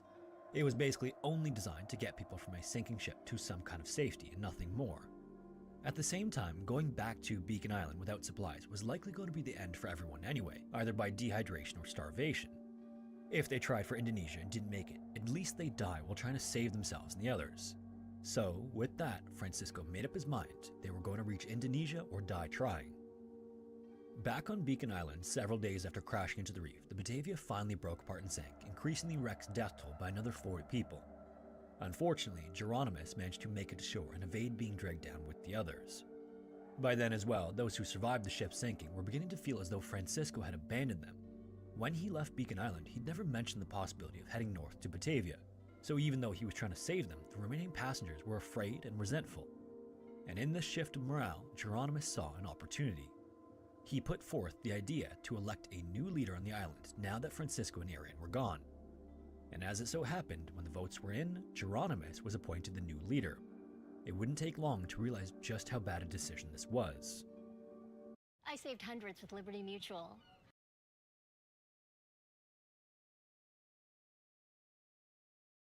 Had recruited, the first thing he did with his newfound power was order that all weapons, food, boats, and rafts be confiscated. Next, he knew he had to essentially divide and conquer since he and his men were outnumbered. His plan was to reduce their numbers from around 250 people down to 120, and he started by sending 45 men, women, and cabin boys to Seal Island, about 1 mile away and visible from Beacon Island. And since he knew people wouldn't go if they knew he was sending them to die, he instead asked them to search for resources. However, he had no intention of ever returning to save them. He then convinced these soldiers, led by Weeb Hayes, to sail to West Wallaby Island, about 5.5 miles away, to see what they could find there. If they found anything, like a freshwater source, they were instructed to send up smoke signals so they could be picked back up. What Geronimus actually planned to do, though, was send his men back to West Wallaby Island if they saw smoke signals and kill the unarmed mercenaries. That's only if they made it to the island in the first place. Geronimus believed that Francisco and the others must have encountered rough seas and capsized after leaving the island, so he sent these soldiers in the same direction, hoping they might suffer the same fate. Then, for weeks afterward, the situation just continued to escalate. He continued to send survivors on missions to other islands, but eventually this transformed into his men simply taking people out into the ocean and just pushing them overboard. Then, once he felt like his biggest threats were off of Beacon Island, he dropped the facade and showed his true colors for the first time. One by one, Geronimus chose who lived and who died. Many of the wives on the voyage to join their husbands also became his property to do with as he pleased. He also quickly eliminated the sick and disabled, and for the stronger of the remaining castaways, Geronimus ordered sneak attacks at night. His men would creep into the camp and finish them off while they slept. During this reign of terror, at least 2 mass burials took place, one of which contained an entire family including 6 children. For all his power and cruelty, though, Geronimus was too weak-willed to do any of it himself. He apparently tried once when he poisoned an infant, but the child survived. Then, since he couldn't do it, he ordered one of his men to do it instead. During this time as well, he kept a close eye on the groups he dropped off on nearby islands. Like, for example, when he noticed that the group he sent to Seal Island wasn't dying fast enough for his liking, he sent a group of his men to the island and watched through a telescope as they sped up the process. The soldiers, meanwhile, several miles away, were thriving on West Wallaby Island. They found a plentiful freshwater source, and there were plenty of small marsupials and birds there that were enough to survive on. For days, the soldiers sent up smoke signals as ordered, completely unaware of what was happening on Beacon Island. Then, one day, some of the survivors who were originally sent to Seal Island showed up on a makeshift raft. That's when Weeb and the other mercenaries were told everything. And after Geronimus had gotten rid of many of those who remained on Beacon Island, he could turn his attention back to the inhabitants of West Wallaby Island. The smoke signals were concerning because he didn't expect the soldiers to find anything at all, so this meant that they had found critical resources they needed to survive. And if they were thriving on West Wallaby Island, it was also possible that a ship could be attracted to the island by the rising smoke. If a ship reached the soldiers first and picked them up before coming to Beacon Island for the others, there was little chance of overthrowing those on board. It would also mean that Geronimus would be executed for everything he'd done. At the same time, knowing what he'd been doing on Beacon Island, Weeb figured it was only a matter of time before Geronimus came for them. So as best they could with what they had available to them, the mercenaries made crude weapons to defend themselves. Then, using limestone, coral, and debris from the Batavia that washed up on the island, they even managed to build a small fortress and set up round-the-clock watches. When the time came, the mercenaries would be prepared. As all of this was going on, after 33 days at sea, the longboat carrying Francisco, Arian, and nearly 50 crewmen miraculously arrived in Batavia. Even today, this is considered an incredible feat of sailing, even if it was aided by the islands they found along the way to stop for food, water, and places to rest. Shortly after arriving in Batavia, Francisco met with the Governor General to discuss the shipwreck and some details he'd been informed of on their journey. Some of the crewmen told Francisco that they'd been approached by Aaron and Geronimus to join them in a mutiny. Francisco then shared these details with Indonesian authorities, and Aaron was immediately arrested. But even despite knowing about the planned mutiny by that point, no one had any idea of the full scope of what was happening on Beacon Island in their absence. A week after landing, Francisco then left Batavia once again to rescue the others in a ship known as the Sardam, which the Governor General let him use. It would then take a month just to get to the Helpman Abrolhos, but then another month after that was spent scanning the water, looking for the little sandy outcropping that is Beacon Island. Almost 2 months earlier, in early August, just as Francisco and the others were arriving in Batavia, several mercenaries on watch spotted a longboat heading toward them. Aboard this boat were a handful of Geronimus' men. Since he was under the assumption that the soldiers were unarmed, Geronimus figured he didn't need his whole crew to dispatch the 22 mercenaries of West Wallaby Island. Thankfully, he couldn't have been more wrong. When the ship reached West Wallaby Island, his henchmen were immediately attacked and caught completely off guard, forcing them to retreat back to Beacon Island. Geronimus was not pleased to hear about this when his men returned to Beacon Island, so he ordered a second attack and went with them this time, believing he could strong-arm the mercenaries into joining him. This time he sent more men, but they were still no match for the soldiers, and so before he could leave the island, Geronimus along with 3 of his lieutenants were captured by Weeb. Some of his men did manage to escape the attack and return to Beacon Island, but with many of his henchmen lying dead on the West Wallaby Island sand, Geronimus was made to watch as his lieutenants were executed. Back on Beacon Island, the men who were still loyal to him regrouped under a new leader, a man named Wouter Loos. In late September, these men returned to West Wallaby Island to fight the mercenaries, only this time they brought muskets with them that Geronimus had been saving for his planned hijacking of any rescue ship. The hand weapons the mercenaries had were obviously no match for these muskets, and they fought bravely, but it seemed like only a matter of time before they would be overtaken. Then, as the fighting continued, someone spotted a ship in the distance. In an instant, the fighting stopped as the rescue ship became the priority for both sides, but for very different reasons. Aboard the Sardam, Francisco had spotted smoke to his west, but he mistakenly believed it was coming from another island which lies between West Wallaby Island and Beacon Island. He then directed the Sardam as close as he could to the island, dropped the anchor, and boarded a longboat. With a barrel of water, some bread, and a keg of wine, Francisco was surprised to find no one on the island and saw that the smoke was actually coming from further west. Then, as he turned to go back to his boat, he spotted another boat with 4 men in it, frantically paddling toward him, and immediately recognized it was Weeb. When the boat pulled onto the island, Weeb raced to meet Francisco and started shouting at him as he did. Francisco, Weeb, and the 3 others with him immediately hurried to the Sardam to warn the crew and defend the ship. And while on the way, Weeb filled Francisco in on all the details of what happened after he left 3 months earlier. Unfortunately, there wasn't much time to react to this news. Wouter and his men were simultaneously nearing the Sardam. Thankfully, Francisco's boat beat them there, and the captain shouted orders to men to take defensive positions. When Wouter's boat pulled up alongside the Sardam and the men climbed aboard, they were met by Francisco and dozens of muskets pointed directly at them. They all then placed their weapons on the ground and surrendered. After that, every one of the remaining mutineers was captured, and Francisco began to learn the full details of the atrocities in his absence. A 49-year-old mutineer was particularly forthcoming about his involvement and admitted to killing up to 20 people in compliance with Geronimus' orders. Francisco then asked to be taken to Geronimus, and he was led to the shelter where Geronimus was being held captive. Francisco then launched into the accusations and the claims others had made about his actions, but in answering every question, Geronimus placed the blame on anyone and anything but himself, refusing to confess to any of what he was accused of. So shortly after this initial confrontation, Francisco carried out a series of investigations and trials on the island.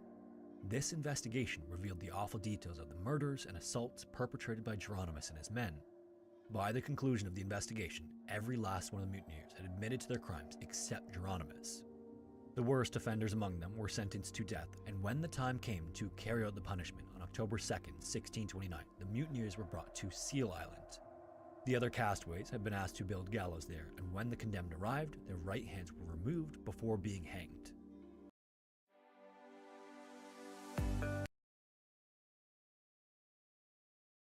Many of the survivors watched in relief as each of the worst mutineers was brought to the gallows one by one. Geronimus was also hanged that day, but both his hands were removed before he met the same fate as the other mutineers. Others who had committed lesser crimes were dealt with differently. One of the soldiers who defected and a cabin boy who defended Geronimus were left marooned on mainland Australia. Interestingly, they became the very first Europeans to live on the continent and are still regarded somewhat as celebrated pioneers, despite the circumstances that led them there. The Tsardom then left the Houtman at Brolos with the 77 remaining survivors and 16 mutineers, destined for a more official trial in Batavia. 5 of the mutineers didn't even make it that far, as they were flogged, keel-hauled, and dropped from the yardom high above the ship into the ocean on the way. And while Wouter's actions were almost as egregious as the acts Geronimus committed, Francisco decided to bring him to Batavia instead. And when his trial was complete, his punishment was the worst of any of those aligned with Geronimus. He was sentenced to the breaking wheel. Being broken on the wheel, as it was called, was considered the most gruesome form of punishment at the time, and it truly was a horrific punishment. To be as non-descriptive as possible, the gist is that the condemned was mangled to the point of being able to be tied to a large wheel, where further punishment would occur as the wheel spun. This was eventually set ablaze high above a crowd of onlookers. Strangely enough, if the condemned fell off the wheel at any point during the punishment, it was viewed as a sign from God to show mercy and leave the criminal to live. Wouter, however, remained firmly attached to the wheel. As for Arian, he was physically punished by Batavian officials, but still never confessed to any of the accusations made against him, so he was eventually spared for a lack of evidence. Wiebe was celebrated for his bravery in fighting off the mutineers and capturing Geronimus, and he was promoted to a higher military rank as a result. The island is also referred to as its unofficial name, Wiebe Hayes Island. Today, a statue of Wiebe can be found on the Western Australian coast, and the remains of the fort he built are still present on the island. It's believed to be the oldest European structure built on Australian land.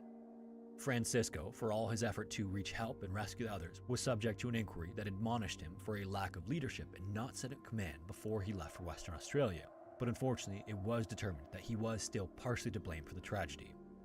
His reputation was completely ruined, his assets were seized, and he would die from an unspecified illness within a year of his return to Batavia with the others. When it left the Netherlands in October of 1628, it did so with between 322 and 341 people. Of them, only 122 made it to Batavia. It's believed Geronimus was responsible for the deaths of at least 109 castaways, with some estimates as high as 125. The rest were either due to illness, starvation, or the initial shipwreck. The wreck of the Batavia was lost to time until it was located in 1963, and the remains of the bow can now be viewed at the Western Australia Museum. If you made it this far, thanks so much for watching. If you have a story suggestion, I'd love to hear it. You can submit it to the form found in the description. And hopefully, I will see you in the next one. Listen, paying $14.99 a month for a streaming app and $9dark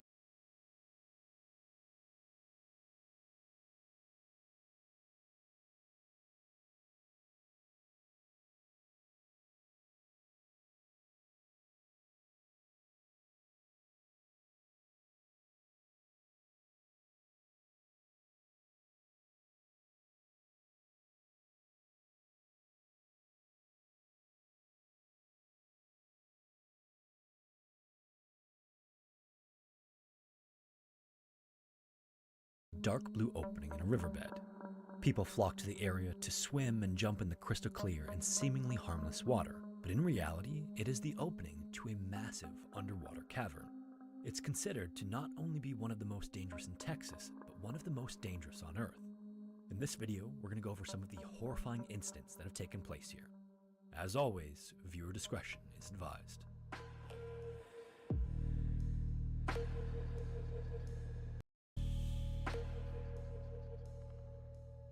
So the story goes, in the mid-1850s, a newly arrived settler to the area was walking along a creek in Texas, roughly midway between San Antonio and Austin.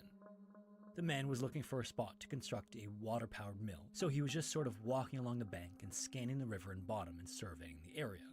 As he walked along, he started to notice an area that was significantly rougher than the rest of the creek. Then, as he made his way over, he realized it was basically like a bubbling cauldron right in the middle of the water. Rather than the flow of water over rocks creating normal rapids, this seemed to be coming straight up out of the river and bubbling as much as 6 feet high into the air. The man didn't know it at the time, but he'd just discovered the outflow of something known as a karst spring, and this one was later named Jacob's Well. In this area of Texas, there is a large underground aquifer known as the Trinity Aquifer, which supplied Jacob's Well with as much as 640 liters of water per second. This flow was also moving fast enough at the time of its discovery that it created an upside-down waterfall on the surface that shot several feet into the air, which was the bubbling that the man discovered. Following its discovery, a mill was built in the area that took advantage of this natural flow of water, and this mill operated for several decades, as did the waterfall, until around the mid-20th century when other construction in the area started to cause damage to the Trinity Aquifer. Over time, this reduced the outflow to Jacob's Well from 6-foot jets to just a small ripple barely noticeable on the river's surface. Obviously, it's a shame that this natural feature was damaged, but this also had the unintended effect of revealing the cavern in the ground from which the water flowed. In the crystal clear river, if you come to the edge where Jacob's Well is located, the bank drops into the water and down to a flat yellow rock that forms the bottom of most of the river. For the most part, this is what the bottom of the river looks like. It's bright and clearly pretty shallow, but where the jets originate though, the riverbed abruptly drops vertically into a deep blue abyss compared to the surrounding water. This is not unlike a blue hole that you'd see in the ocean, just on a smaller scale. And this hole in the riverbed, that is Jacob's Well, is about 12 feet or 4 meters in diameter. If you stand at the edge of the well, you might be standing in just ankle-deep water, depending on the depth of the river at the time, but the bottom of the vertical opening is almost not visible down below. Like a Fun fact, there's a vending machine at the peak of Mount. The limestone rock was slowly eroded by the outflow of water and created a large underground cave. The section that's visible in the riverbed is only a small fraction of its true size, and at first, this cave wasn't really known about because the flow of water actually made it too difficult to swim down and explore Jacob's Well. As the current slowed, divers and scuba divers were finally able to get into the water and start to explore the freshwater blue hole. For the most part, people from the area come to swim in the river and cliff jump from the edge, but as there always are, some people just can't help themselves and need to see what's down below. Over the years, as a result of some of these dives ending tragically, Jacob's Well has developed a reputation for not only one of the deadliest dive sites in Texas, but also in the entire world. In early September of 1979, a group of friends planned to camp out one evening and complete a night dive of the well. Since they intended to explore the cave itself, it didn't really matter if it was light or dark out, and at least at nighttime they'd be free of any swimmers to disturb them. So at around midnight on the 9th, the group entered the water and made their way down to the bottom of the first chamber at around 25 feet. In their group were two friends, Kent and Mark, who were both experienced and had dived Jacob's Well before. For some time, Kent had been thinking about the true depths of the cave. You see, Jacob's Well is actually composed of a series of descending rooms or chambers that get progressively smaller the deeper you go. From the first chamber at 25 feet deep, there is a small corridor to the west, which connects to a second, larger chamber. This descends vertically again to a depth of 55 feet, and then at the bottom is a third horizontal chamber. This room descends diagonally once again to around 75 feet, and this is where it gets challenging. Separating the third and fourth chambers is just a narrow opening that you actually have to remove your tanks to get through. At the time, Kent had heard conflicting accounts of what was beyond this small opening. Some people said it was just a dead end, and others said it opened up to another large chamber. He also knew that at least 4 divers hadn't returned after trying to explore this section, but Kent was just one of those guys, and the promise of a potentially large chamber was too enticing. So Kent and Mark made their way down into the third chamber, and not far behind them was another man named Joe. Eventually, Joe could see that off in front of him, Kent and Mark were inspecting the small opening to the fourth chamber, and without hesitation and to Joe's horror, they started pulling their tanks off and backing into the opening. Even crazier, they didn't have backup lights or a safety line, and it wasn't even clear what their plan was because no one had discussed doing this. It's not even clear if this had been Kent's plan all along, or if he'd made the decision impulsively after seeing the squeeze. Either way, by the time Joe made his way over, all he saw was Mark's light disappearing into the darkness. Joe quickly flashed his light back and forth to signal them, but Mark didn't even look up before he was out of view. Sitting there stunned, Joe knew that both of them were wearing steel tanks that had less air capacity than the aluminum one he was wearing. They were also traveling deeper in, meaning that the rate that they'd be consuming air would be quicker. And so soon enough, he checked his gauges and realized that if he was low on air, their situation would be much, much worse. In a last effort, he banged on his tanks with the back of his dive knife to try to signal them, and then, before he was too low on air, he grabbed his light and dropped it into the narrow opening to the fourth chamber, hoping that it would help them find their way back. With that, he turned around and made his way to the surface, not knowing whether they were alive or dead. This was unfortunately made clear to him as he sat on the water's edge, pulling off his gear, when the water turned a deep, murky brown. This meant that either they were panicked and kicking up massive amounts of silt, or there had been a cave-in or a gravel slide. Either way, Joe was pretty sure that Kent and Mark wouldn't be coming back. Several hours later, rescuers were on the scene and preparing to perform a body recovery. Even by the time they'd arrived, the remaining group members had been in and out of the water searching desperately for the two men, and by then they were all exhausted and in shock, and they still hadn't seen any sign of Kent or Mark. As the recovery team stood at the water's edge, they contemplated going in right away or waiting until morning. From what they were told by Joe and the others, it didn't seem like it would be that difficult to rescue, and it would be dark in the cave whether it was morning or night. But the man in charge of the rescue, Don Dibble, was still unsure of the condition, so he sent down 2 divers to assess and see if they could even locate the bodies. What they found was that not only could they not find them, but that the opening to the 4th chamber was almost completely closed off by gravel. They eventually returned to the surface and told Don about how bad it was, and that's when he made the decision to wait until the following day to have a bigger crew and better equipment.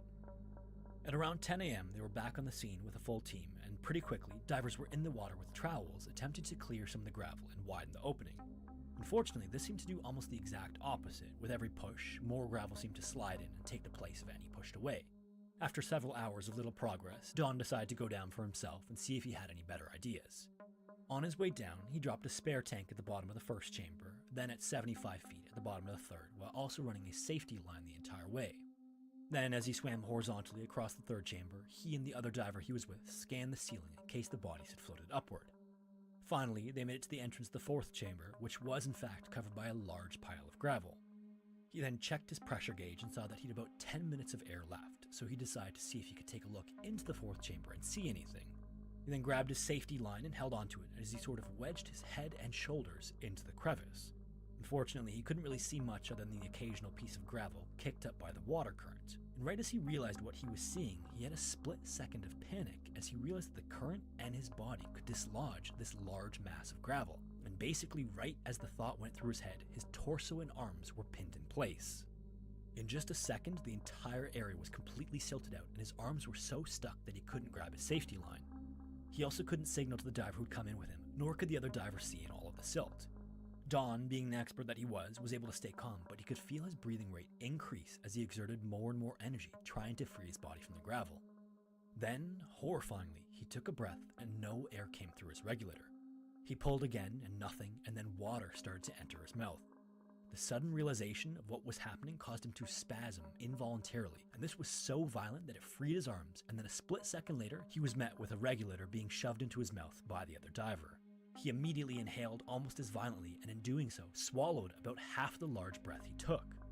This was another huge mistake. That breath was taken under the massive pressure almost 100 feet into the water, so as the two made their way to the surface, the air in his stomach expanded and expanded until his stomach was the size of a basketball. He tried to burp to get the air out, but nothing came out, and then by the time they finally surfaced, he screamed out in pain. Don was rushed to the hospital and then immediately into surgery, but in just the few-minute trip to the surface, the air had expanded so much it ruptured his stomach. It would take several weeks in the hospital before he finally recovered, but thankfully he would fully recover.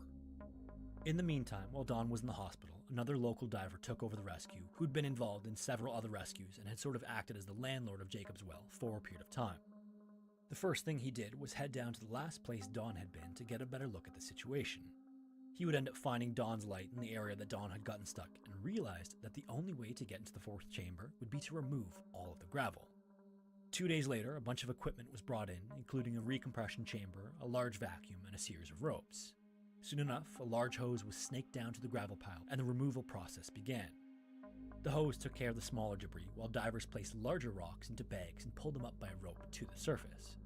As with before, this was not an easy task. Much of the gravel was replaced basically as it was pulled out, and what was initially expected to be a one-day job quickly turned into a full-week operation. And by the end of the week, tensions had started to rise between city officials and the dive company over the cost of the operation. In just that week's time, it got so bad that rescue operations were eventually halted. A diver with a camera was then sent down to see the progress that had been made and if the 4th chamber was accessible.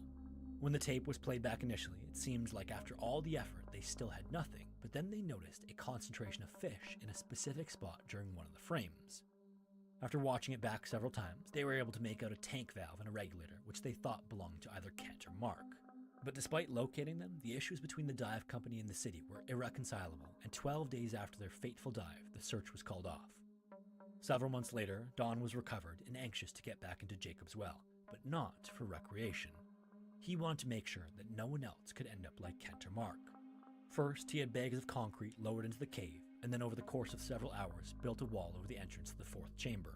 The wall had a metal grate running through it, which would allow water to continue to flow, but it would ultimately seal the bodies inside. Incredibly, this wasn't a deterrent at all. Just another few months after that, the gate was gone and a note was placed in its place that read, "You can't keep us out." And so, as you might imagine, with the gate removed, divers continued to explore Jacob's Well and would continue to push the limits of the deeper sections. 4 years after the deaths of Kent and Mark, and 3 years after the gate was installed, 2 members of an advanced diving class held at Texas State University were at the water's edge pulling on their wetsuits. These 2 guys, Richard and Clark, were well on their way to becoming instructor certified and wanted to complete a dive that was more challenging than open water conditions. Like others before them, they made their way through the first 2 chambers and then across the third and up to the squeeze where the gate had previously been installed. Now it's not What's up, clear King if divers Khan? were moving No, I or don't if the play wall with flowed viewers, and I'm or watching just videos right now. Either way, by the time Richard and Clark were diving that day, the crevice was widened enough for them to enter. So the 2 of them pulled off their air tanks and began shimmying backward through the narrow crevice. Richard went through first, and then Clark was going through afterwards, and his tanks got snagged on some rocks. He twisted and pulled, but eventually he had to let them go to join Richard on the other side. When Clark came through without his tank, Richard immediately handed him his regulator, and then the 2 of them started buddy breathing. Unfortunately, this meant that this was basically the official end of their dive. They couldn't really do much exploring if they were buddy breathing, and it was just much safer to come back at a different time when they both had tanks. So they both squeezed their way back through the opening and started making their way horizontally across the third chamber, passing the regulator back and forth as they swam. Then they entered the second chamber, and here's where they made a huge mistake. Another thing about Jacob's Well that makes it so dangerous is that, like other limestone caves, there are tunnels and passages that snake off from the main chambers. That's why it's crucial to use a safety line to ensure you know the way back. In particular, in the second chamber, as you ascend toward the exit, there are 2 passages that look very similar. One of these takes you directly to the first chamber and then out, and the other is something known as a false chimney. It ascends almost exactly like the second chamber, but instead of exiting, you hit a roof instead. So as Richard and Clark quickly swam to the surface sharing the air tank, they accidentally swam into that false chimney. Soon enough, they were butting up against the ceiling of the passage, wondering where the exit was. And as they felt around for an exit, not realizing what they had done, and like Don Dibble a few years prior, all of a sudden, pulling air through the regulator felt like pulling air through a straw. Horrifyingly, their only air tank had just run out, still several dozen feet from the surface. Without thinking, Clark just started swimming hard back in the direction they came from, around the bend, into the second chamber, into the first chamber, and then his head shot up through the surface as he gasped for air. Then he spun around and looked back and forth and realized that Richard wasn't with him. He sat on the surface, waiting desperately and looking into the water, but within a few minutes, he knew it was too late. Richard's body was later recovered from inside the false chimney by Don Dibble. Don would even say that this recovery was particularly emotional for him because the 2 of them were students of the advanced diving class he taught. In class, he always emphasized that cave diving and open water diving are different, and this was a perfect example of why that was the case. But again, despite the numerous tragedies that had taken place at the well, divers continued to dive deeper and push the limits of what was possible, and a select few individuals would actually make it beyond the legendary fourth chamber. On the evening of February 26, 1984, 2 scuba instructors, John and Danny, and an experienced caver named Wayne, entered the cool water at Cypress Creek. These were experienced and trained individuals, and they had brought all the equipment to make a safe and hopefully groundbreaking attempt. They got through the first chamber and then ran a line from there. What's up, Trey? How's it going? The third chamber. They started a new line after that, which went horizontally across the third and halfway into the fourth. Once they were in there, Wayne and John removed their tanks and checked the air pressure, and then Wayne started into the narrow opening of what has come to be known as the fifth chamber. This fifth chamber is even smaller than the fourth and is more like a tunnel than a chamber. It's just 5 feet wide and 2 feet high and requires that you push your tanks out in front of you as you move through it. As he did this, he unspooled a new line as he went, and then John followed in behind him, taking pictures along the way. At the same time, Hello, Bastel. How about you do that, bro? As they had discussed prior to entering the cave. I'm doing good. Thank you for They also asking. planned to swim around and explore the fourth chamber and look for a set of tanks left by 2 divers who had drowned back in 1979. Eventually, John and Wayne made it through the fifth and then into the sixth chamber and out of view from Danny. As far as I can tell, or at least what's available online, this 6 Bastel, I think I'm gonna stop playing, well, not stop playing games, but I don't think I'm gonna like main once they were out of view, Danny games got to work anymore. scanning the 4th chamber and found that it was more like a small room about 8 feet high and 10 feet wide. Incredibly, he would manage to find the tanks, which he quickly tied to a line, and then he also moved toward the 5th. It's like nothing to play, everything's boring. Like Apex is, you know, fun to a certain extent, but I'm just bored of it. Just how small the passage was. Bored of gaming in general. It was so narrow that he had to stay flat on his stomach, and despite his best efforts, Am I going to play Apex? No, probably not. I should probably change my title and thumbnail and stuff, actually. Danny started to get a little bit more anxious about the situation he was in. Took a deep breath, grabbed the line, untangled it, and then pushed himself back into the 4th chamber to wait for the 2 men instead. In the 6th chamber, Wayne was extending a 100-foot... Yeah, games just are not that much fun anymore. Mainly because, like... Soon visibility started to get bad in that chamber as well. Oops. Despite not being able to see... I mean, I want to play not shooter games, but there's not much at the moment. So I'll probably just be doing, like, I don't know, food or something along those lines. Signaled to him that it was time to go back. So John turned and followed the safety line back into the 5th chamber, and about midway through came up to a set of tanks that were stuck in the opening. On his way out, Danny had decided to just leave the tanks because they kept getting tangled in the line and caught on the rocks. Then between John pushing and Danny... Yeah, that is true, Bastel. ...managed to dislodge the tanks and continue on. First through the yeah, so basically I think I want to do, like, you know, like teach people how to buy foods that... At first, John assumed you know, are good for you. After moving through the 5th chamber. He hadn't signaled anything to the contrary. But I need to find a way to make it not depressing, because learning about food ingredients is like so depressing, it's crazy. They could start their decompression stops. Then about halfway through decompressing, yeah, that too, Bastel. And the two of them started to get really worried. At that point, they had basically just enough air to Supermarket Simulator? Really? That's funny. I haven't seen that. As they waited, they just stared off into the dark tunnels, hoping to see Wayne's light off in the distance. But tragically, it never came. The 2 men eventually surfaced with no idea what happened. Wayne's body was discovered the following day at the entrance to the 5th chamber. His mask was in place, his tank was by his side, and he was lying directly on top of the safety line. To this day, no one knows exactly what happened in his final moments. Hello everyone, welcome to Scary Interesting. Thank you so much for watching, and hopefully I will see you in the next. Yeah, so this is like in Austin, basically. This dive site here. It's apparently like the most dangerous in the world.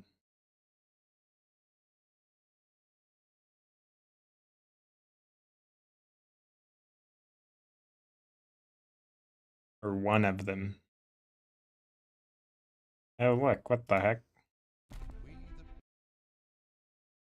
Raw sewage, that's what Bastel eats.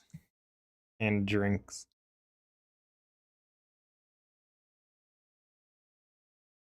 Oh, I know that you like food as well, so. Everything happens so fast that it's hard to focus on what you need to do. And who doesn't like food, honestly? See, that's the other thing too, is like gaming is so limited on like what you can really do, you know, and how many people are interested in it, etc. You know, food, literally everyone's interested in food. You know, most people are interested in some form of food content. You know, they're more likely to want to watch that over gaming if they're not interested in gaming, etc. You know, It isn't just about a boat sinking. It's way worse than that.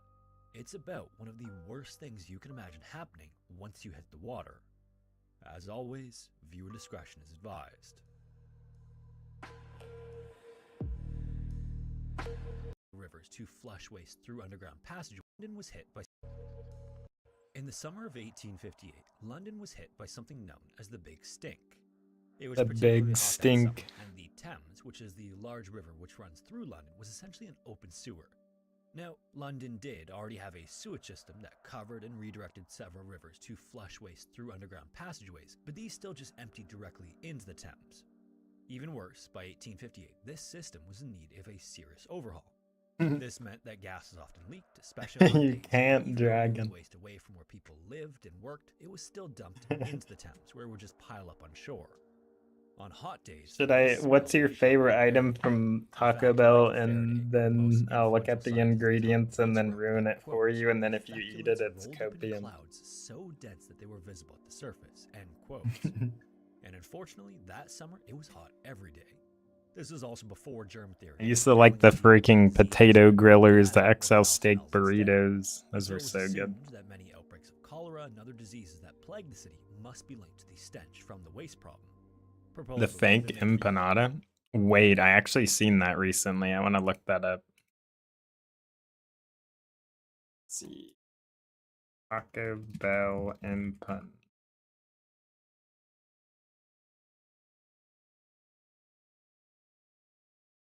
Is it the cheesy chicken crispanada? Oh my god. Bro, you already know this thing looks so good. It's crazy. There ain't even a picture on here. Oh, wait, here. Yeah, let's see what's in here. Wait, what?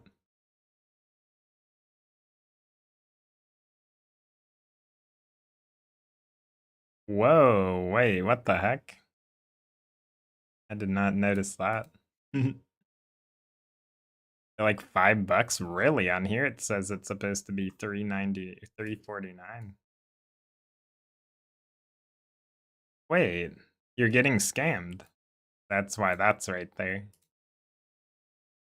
Some hoopla, bro. Not in Carolina, really? That's yeah, that's crazy. Okay, let's see. Menu. New. Yep, here it is. Oh, bro, I used to always get the cheesy gorditas too, dude. They're so good. I need to learn how to make those homemade. I think it would be cool for me to do like, I don't know, something like related the food. Can I actually click on this? I don't think I can. Wait a minute. Is there no ingredients list?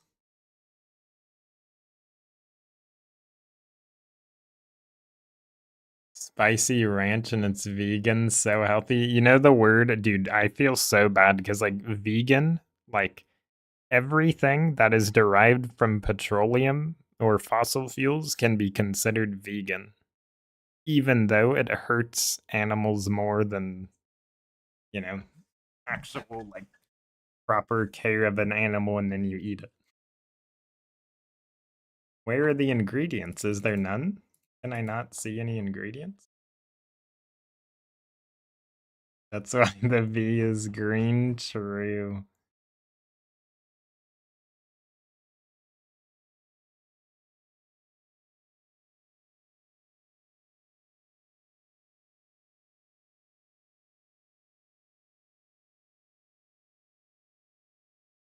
Bro, this is freaking disgusting reading this. Holy crap. Ingredient statements.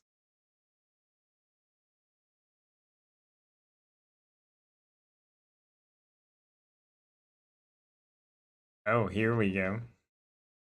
So, wow, we actually get to see what's in all of this. Chicken, blah, blah, blah. Cornstarch, tomato powder, blah, blah, blah. Autolyze yeast extract, spices. So, it's so funny to me because they have this in giant, freaking enormous ingredients list, but under spices, they can't tell you what spices are in there. Yeah, bro, this is not good. Of course, like we all knew that it would be like this.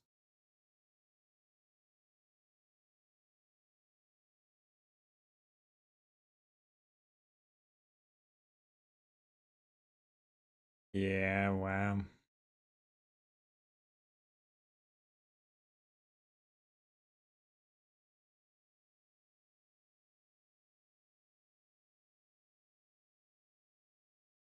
High fructose corn syrup, of course, in all of the drinks. Yucca Mojave extract. What? So random. Wow, dragon fruit freeze with dragon fruit syrup. The syrup is corn syrup, and then high fructose corn syrup. There's two different types of corn syrup. Which all of it's bad, but holy dude.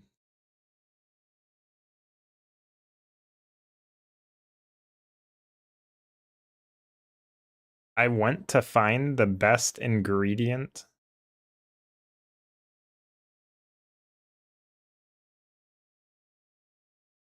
Well, I can always tell that right away, Dragon, that none of it's ever worth it. Yeah, it tastes good. It's literally like if I think about it, right? If you have a freaking like, I don't even know.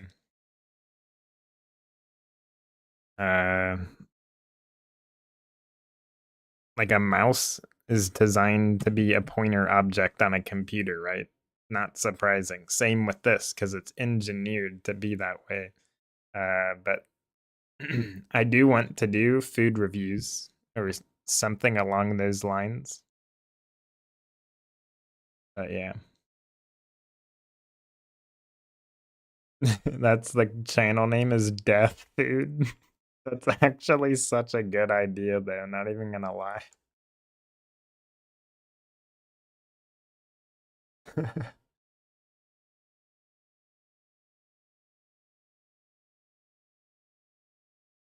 Okay, I think wait, I was gonna say, oh, I think this is the best ingredient, the chalupa so far, but no, not at all. For some reason I thought just that was it, but that's just the flatbread. Like there's carrageenan in there. Where did I see that? Oh my god, bro. This is the sour cream ingredients? Bro. You know, sour cream is literally just supposed to be cream. That's all it is. Like what? But all these are fillers to make it cheaper. And because it has so many fillers in it, they have to add a flavor back into it so you even taste anything.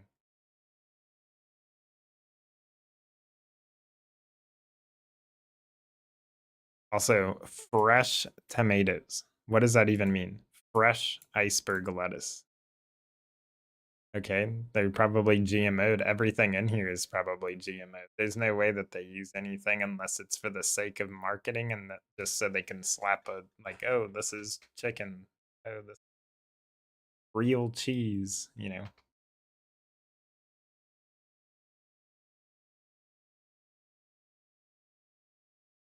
Let's see. Cheesy gordita crunch. Let's see what's in here. It's gotta be terrible. Yep.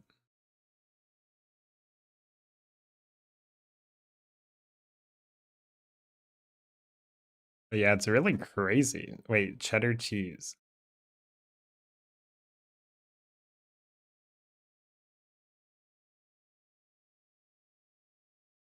Okay, how are they allowed to just say anti-caking agent? That's it. That's crazy. Crunchy taco.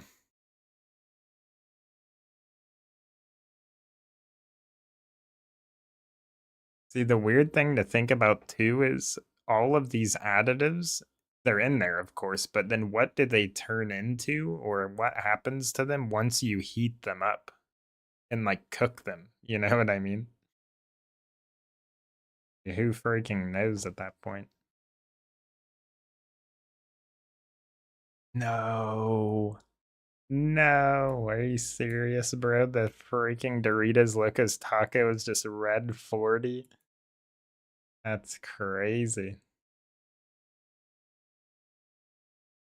They could have just used paprika and turmeric.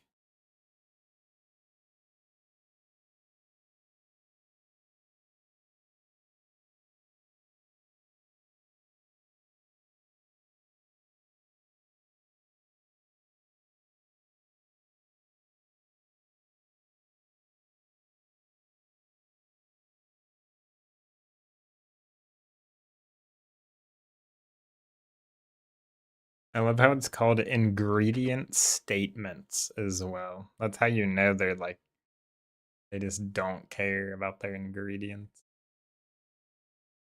And went to like hide it away basically. Ingredient statements. That would, you wouldn't even think to be like, oh, ingredients, click here. Oh, blah blah blah. There is no nutrition in here.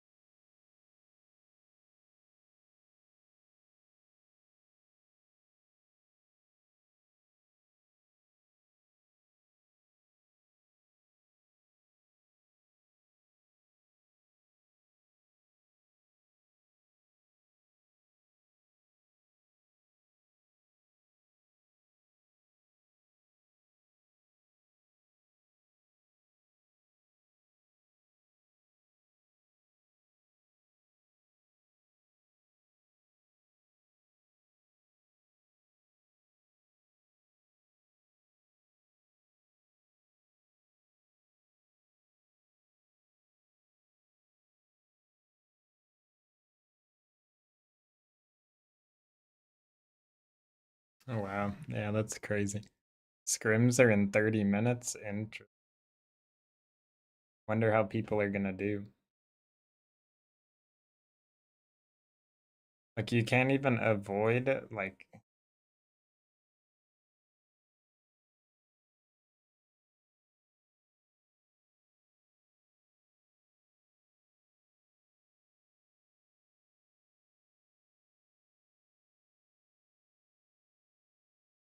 when am I playing? What's up, Carzon? I'm not playing anymore actually right now. I'm just chilling. I should change my thing though. Last.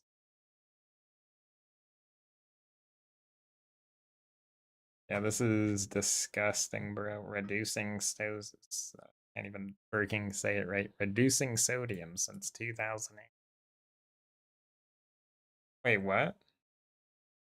Oh yeah, where possible, they say. We removed artificial flavors and colors and replaced them with natural alternatives where possible. That is a freaking flat out lie.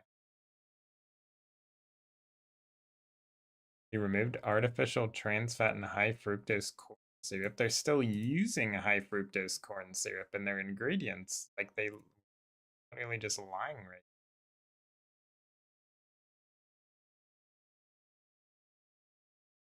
Cage-free eggs.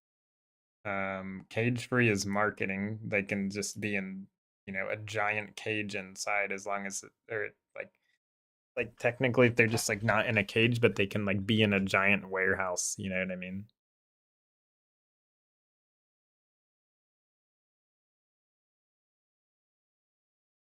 We even received the Good Egg Award in 2020. What?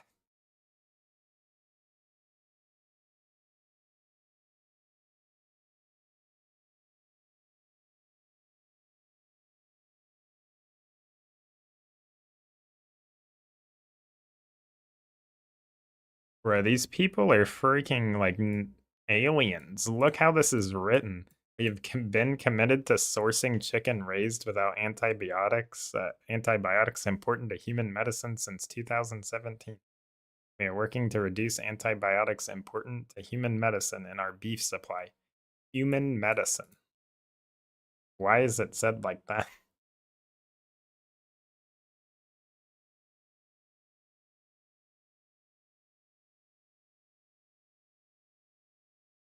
Oh yeah, the Mountain Dew Baja Blast Zero Sugar. Yeah, what's in freaking there then? Let's see.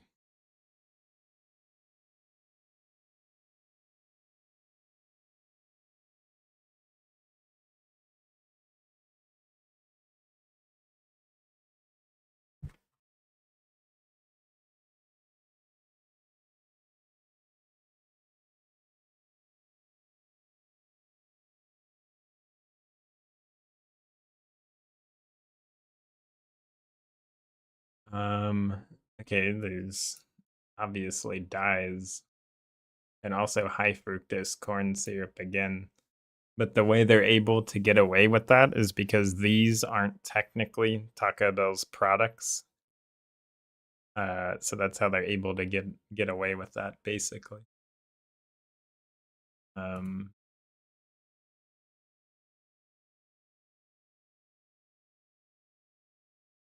did they say? Okay, so if this has, okay, so these are the normal Baja Blasts. Okay, where is the other one? Wow, you can't even say what's in your ice, bro? That's kind of weird. Oh, water? We can't say what's in there either? Why is that? Because it has additives to even reduce the usage of water? That's crazy.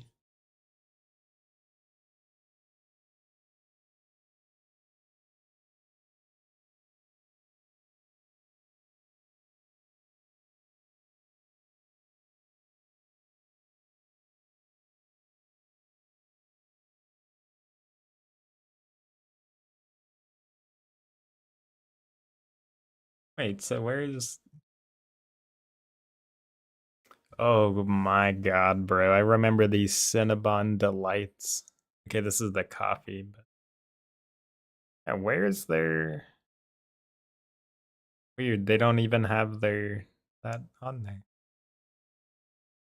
Wait, really, Dragon? That's sick. It's really cool. Years for an overhaul, but up until then had been put off due to cost. But finally, the big stink made officials realize the urgency of the problem. Afterward, a plan was made to divert the waste away from central and west London, where much of the royal family and nobility lived.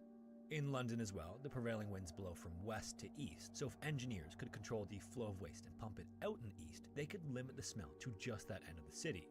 This would also mean it was closer to where the Thames met the sea, which was the natural outflow area anyway. So next, a series of elaborate pumping stations were built to shift the rivers of excrement farther east. One of the more visually stunning of these was called the Crossness Pumping Station, and inside was a series of gigantic pumps that moved waste from the sewers below into a massive reservoir. Then, when the tide started to go out, that wastewater would be released into the river and carried away to the North Sea. Or at least, that was the plan. Often, it still just hung around in the river, making East London an unpleasant place to be. This was partially due to the sheer volume that was pumped through. Like, for example, on September 3rd, 1878, Crossness released 31.7 million gallons of untreated human waste into the River Thames. That same day, William Alexander Law was working as a steward on a ferry known as the Princess Alice. The Princess Alice was an impressive ship at 220 feet long and weighing 432 tons. It was licensed to carry as many as 936 passengers if the water was smooth, and regularly had nearly that many on board. William's job was to look after passengers and to ensure the catering ran smoothly on board, and the shifts he worked varied. This is because the Princess Alice could run any time from early in the morning all the way to what were known as moonlight trips, which ran late into the evening. That day, he was on a trip from an area known as Swan Pier near the London Bridge to Sheerness, which is right at the mouth of the Thames, and then back again. Now, in addition to these varied trips, in the late 1800s, the tickets that passengers could buy gave them access to any London steamboat, and so it was common to get on and off at different stops all day, kind of like a modern-day bus transfer. This also meant it was difficult to know exactly how many people were on board at any time. In addition, in 1878, the Thames was actually busier than it is now. The river had fewer bridges to cross back and forth otherwise, so people used the waterways to get around instead. Until 1850, the most common way was in a rowboat taxi, but by the later 1870s, these had all but disappeared and were replaced by steamships like the Princess Alice. Then, in addition to the passenger vessels, there were also lots of merchant ships. In 1870, the British Empire was at its peak, and so the London docks were the busiest in the world, able to handle as many as 500 ships at a time. Then, on top of just being a method of transportation, these ferries were often kind of like short cruises. People would get all dressed up in new coats and hats, and then they would enjoy the live music, saloons, and bars as they made their way from place to place. I'm going to end my YouTube streams because I don't feel like changing my title and thumbnail again, and I'm not going to be playing Apex, so might as well end it. If you guys want to watch, I will be on Twitch. The Reverend had taken his son and daughter out for the day to see the garden.